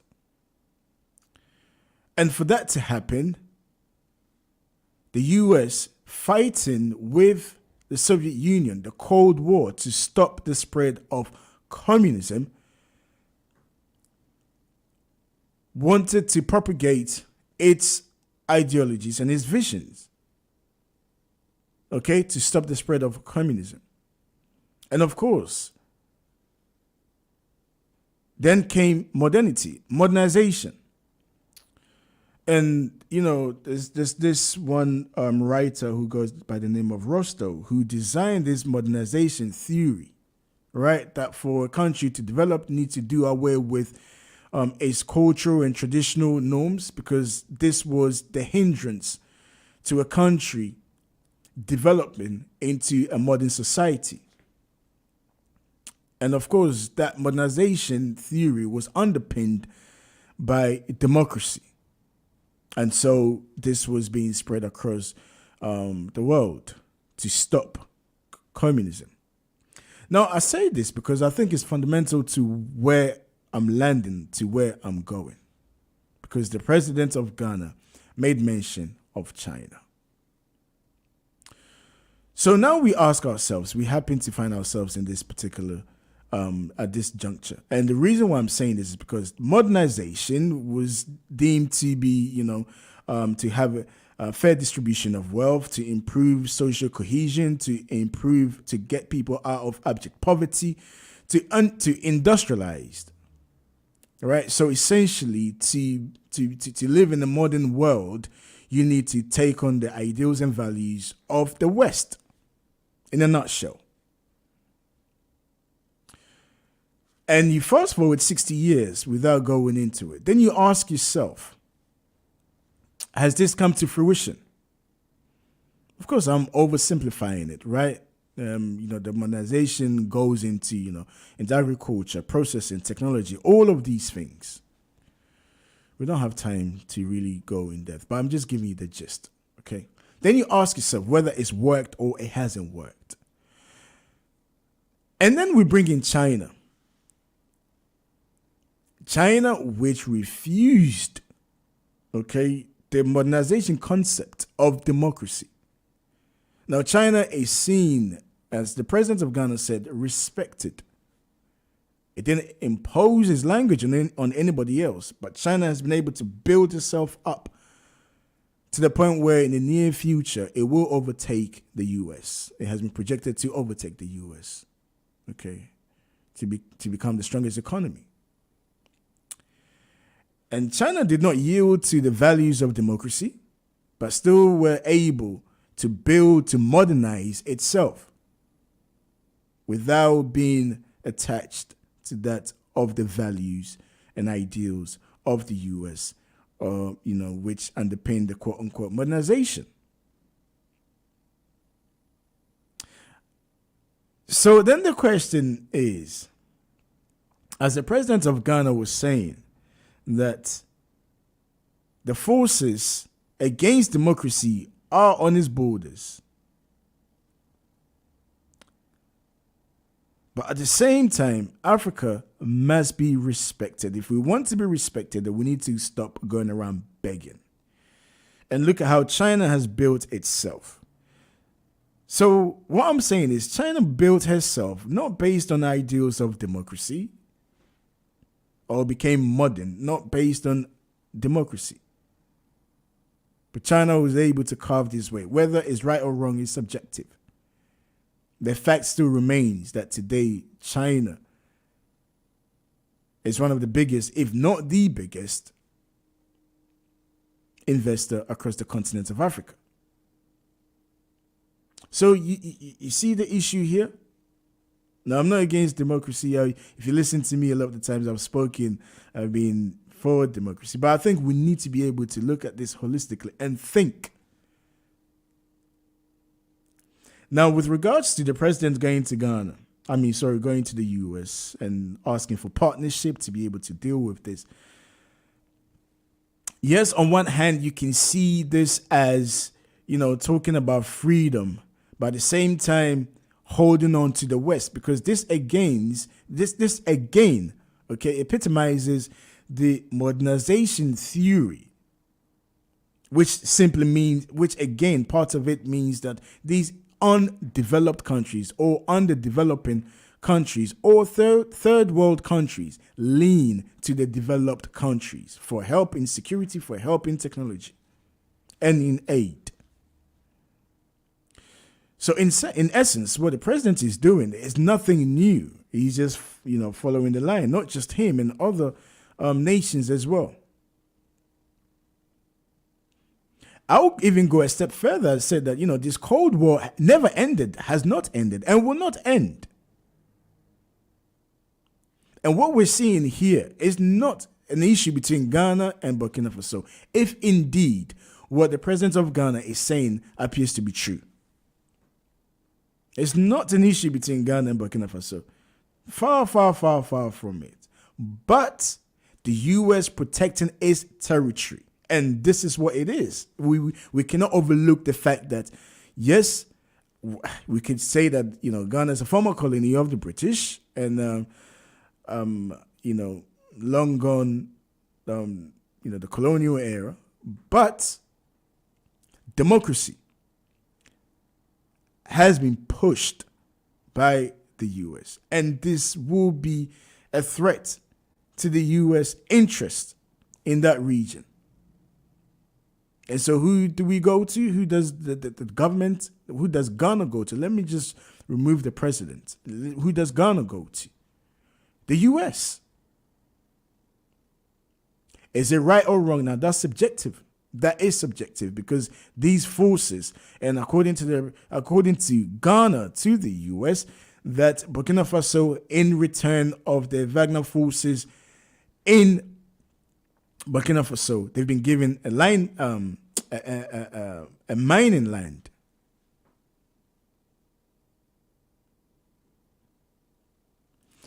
Interesting times ahead. Interesting times ahead, indeed. Let me read a few of the messages, particularly Kofi Ali's message that he sent. Kofi Ali said, "You're so obsessed with this football while totally blind of 48 heads of countries on the African continent traveling in jets like donkeys going to meet one president of the USA. Then the blunders by the president of Ghana reporting Burkina Faso to the USA, and worse still, even the ECOWAS was at the summit too. The president of Ghana is supposed to be reporting Burkina Faso to the ECOWAS, not the USA. I take your point, Kofi. But the ECOWAS itself was in the USA to report the Russians to the USA. We have donkeys reaffirming our commitments of handing over the entire African continent to the Americans." And then Kofi Ali goes on to say, what Christmas message are you expecting from the Prime Minister? He is Hindu, for God's sake. Kofi.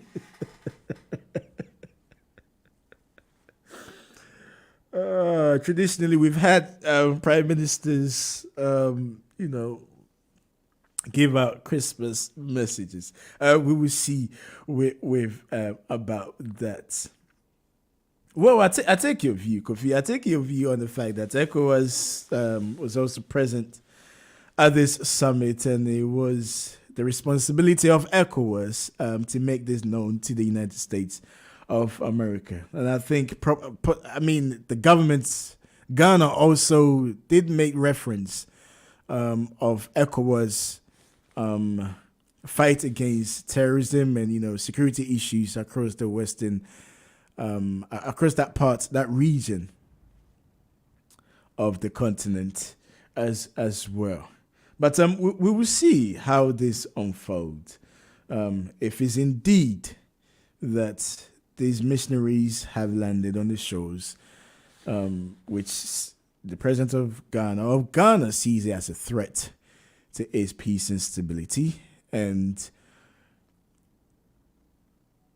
Ghana against its position on the war on Ukraine. So, yes, we will see. It's interesting, for us that like to study politics. It's really, really interesting. Events happening right in front of our eyes right now as we speak. It is interesting. And it's all about influence, isn't it? It's all about influence. Now we've seen the U.S. saying that it will invest $55 billion over the course of 3 years. $55 billion over the course of 3 years in Africa. And then on the other hand, we want to be free. We want to handle our own affairs. Now, they will not invest this if they're not protecting their interest. And of course, they will make it look as if it's just, we're investing because we care. I don't even want to venture into that part of the argument. But I think what I was saying earlier still remains. Just for us to think more broadly and just to look at this whole quote unquote that we need to be, the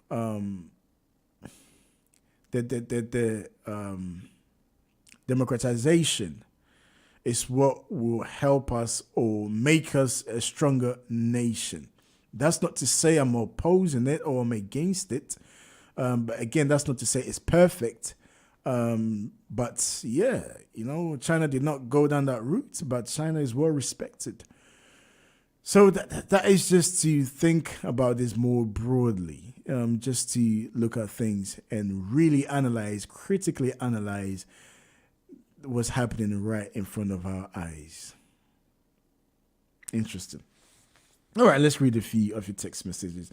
Alex has texted in. Alex is saying, Jones, it's interesting listening to you because what you just said about modernization, I was having a conversation with a friend of mine the other day. And I was saying the same thing, but not able to articulate it as much as you did. Thank you, Alex. But it all makes sense. At the end of the day, if we really want to run our affairs without any interferences and be respected, as the president of Ghana was saying, then we need to carve our own path. 60 years of democracy back and forth has not really yielded much. We need to be able to stand on our own 2 feet and be able and also be respected. Sorry. Okay, so that's from Alex. Agnes has texted again. I totally support the president of Ghana and ECOWAS as a whole. We should not allow Russia to have a foothold anywhere across the continent of Africa. Russians cannot be trusted. We cannot trust them. The devil you know is better off than the angel you do not know. Okay. I think I understand what Agnes is saying. All right, let's take a caller. Hello, good morning. Kofi, good morning to you. What would you like to say, sir? It's very sad. I think you are part of the problem. I'm part of the problem. You are a big part of the problem. Okay, let's hear you, Kofi. You see, China Yes. is one country. Yes. And China has got 1.3 billion people, or 1.45. They are the largest. Uh-huh. So the whole population of the African continent, to all the 50 countries you see, or 54 countries, is not up to the population of China. Okay. And the land size of China will be almost half of African continent. At least from West Africa to the north and the east. Now, America is not a country as you see like Russia. It also has the same size. Yeah. The people may not be as big, almost 300 to 400 million industrialized people. Yeah. Then you also look at Russia, the same. Now China, Russia, US. Yeah. Then you have the countries created by the colonial masters, small. So the way the European countries are, so that they can manage them. And then anytime you are talking about solution to this problem, you are relating. You see, 54 went to one that has got power than all of them. That is why they went to. They are not stupid. So you should be thinking of how on the African continent, like Kwame Nkrumah was saying, we must have one continental government to deal with this problem. Yes. Until you learn to understand why we cannot do it and we are not doing it, how we should do it, and bring that argument on the table, the donkeys will be going. You see, we have a problem. How did China did it? What can't India do today? 1.2 billion people on one land. So it was the same thing the Americans used as different colonies after their independence to come together to fight the British Empire. And that's how they removed themselves from the mess. Right there, as I'm talking to you, the Europeans are advanced with their own because they realize the smaller countries don't work. Every day we are talking, we are thinking of the word development is not the road. Development doesn't make road. Of course. What the Americans said they are giving you, they are not handing over dollar to you. The project coming to do on your land by Americans running your industries is the cost. That is what they say they are investing in on your land. What are you people doing? Why did we send you to school? Kofi, let me come in here. Let me come in here. And I mean, I don't disagree with what you're saying. But if you listen to what I was alluding to the point where I brought in China, it was this quote unquote modernization and, this whole democracy. So if you're saying, you're talking about in terms of landmass and you're talking about how China was able to get to where it is right now. So my thing with you would be, it's not necessarily taking on the ideals and ideology and to be able to also be known as a developed nation. So then my argument is, so we don't necessarily need to rush to the USA for aid. As you're saying, how can we come together? So we can come together without taking on the ideals of the US. So we don't need democracy as such, one might argue, to be able to also advance and develop and to be able to be respected, as the president of Ghana was saying. And that was what I was alluding to. And I want to say that we need seriously. Because remember, we've tried everything. We fought wars to bring ourselves together. It didn't work. We fought wars. It didn't work. We tried everything. Don't think we'll be sleeping. Quick, we can't stop. So, sorry. Quick, please. Govi, we will have to continue this conversation another time because I can tell that you're also very busy and we've run out of time here.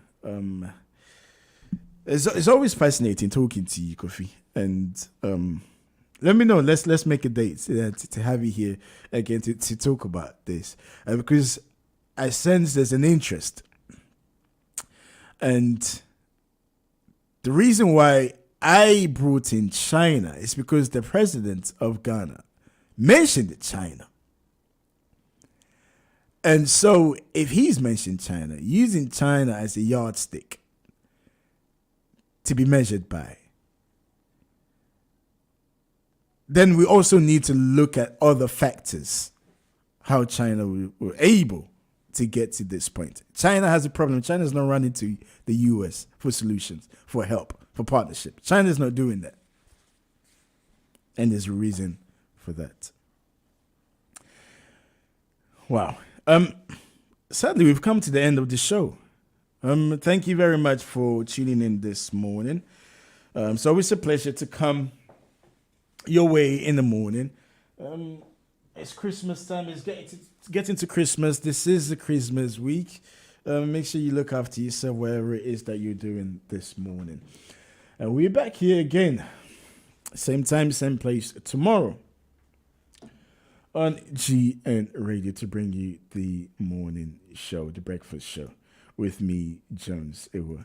Now, one story that I couldn't touch upon, and this was to do with Jeremy Clarkson. Remember him?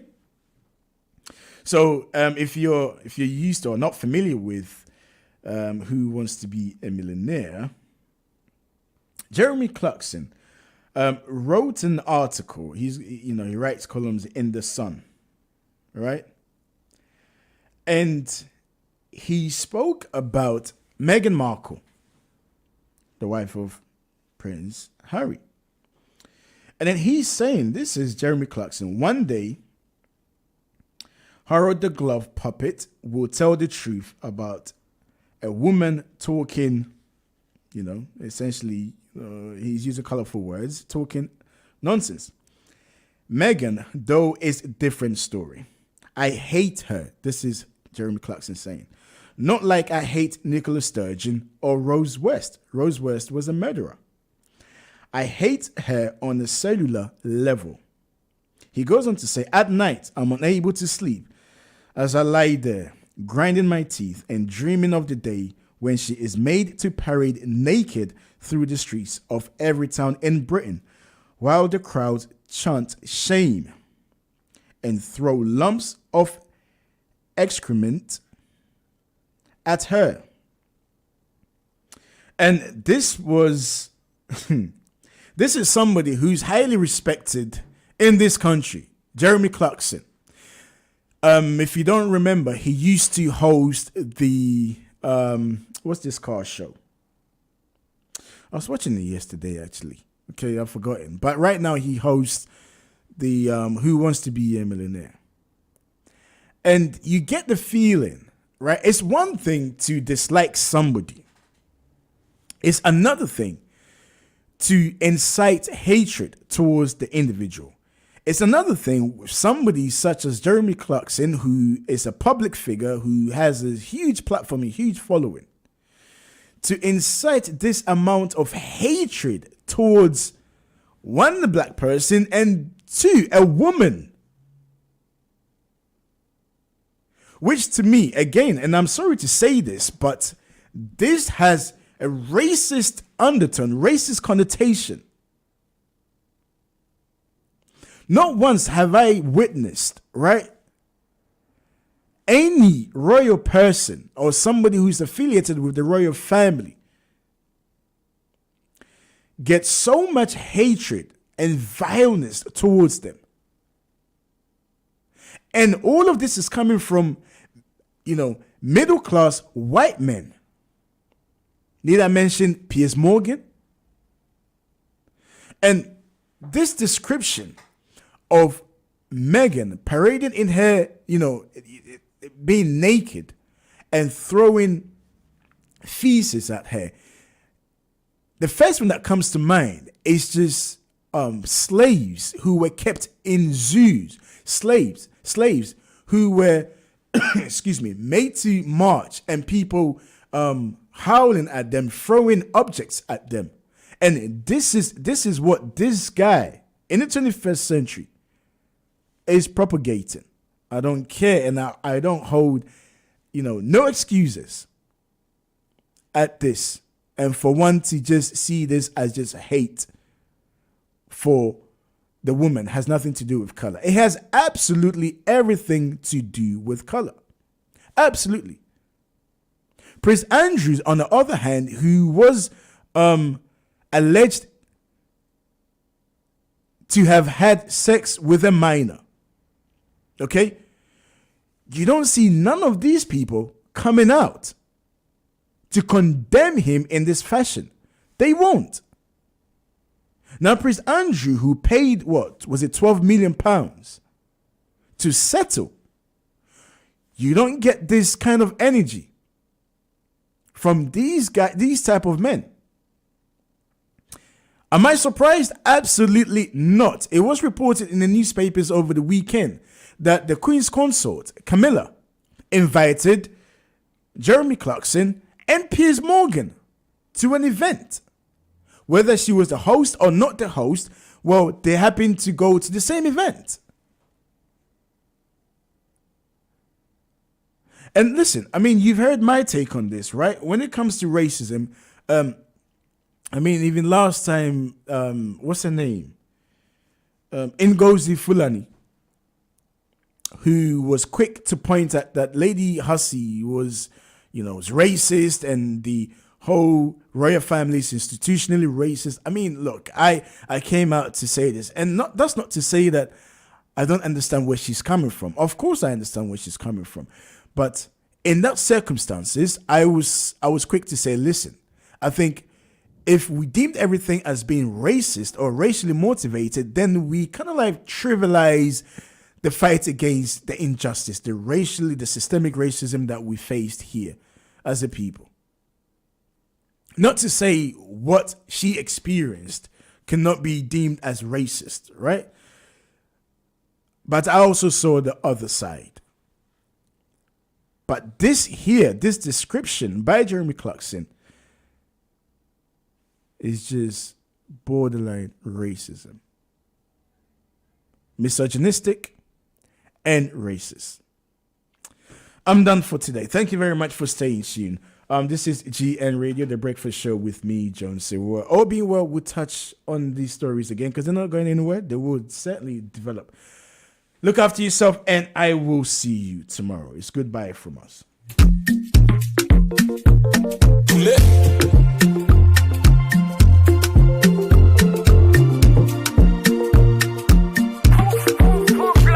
Your body's not for debate. I started beat about the bush till date. To think about the way you scatter the place. I want to talk about this.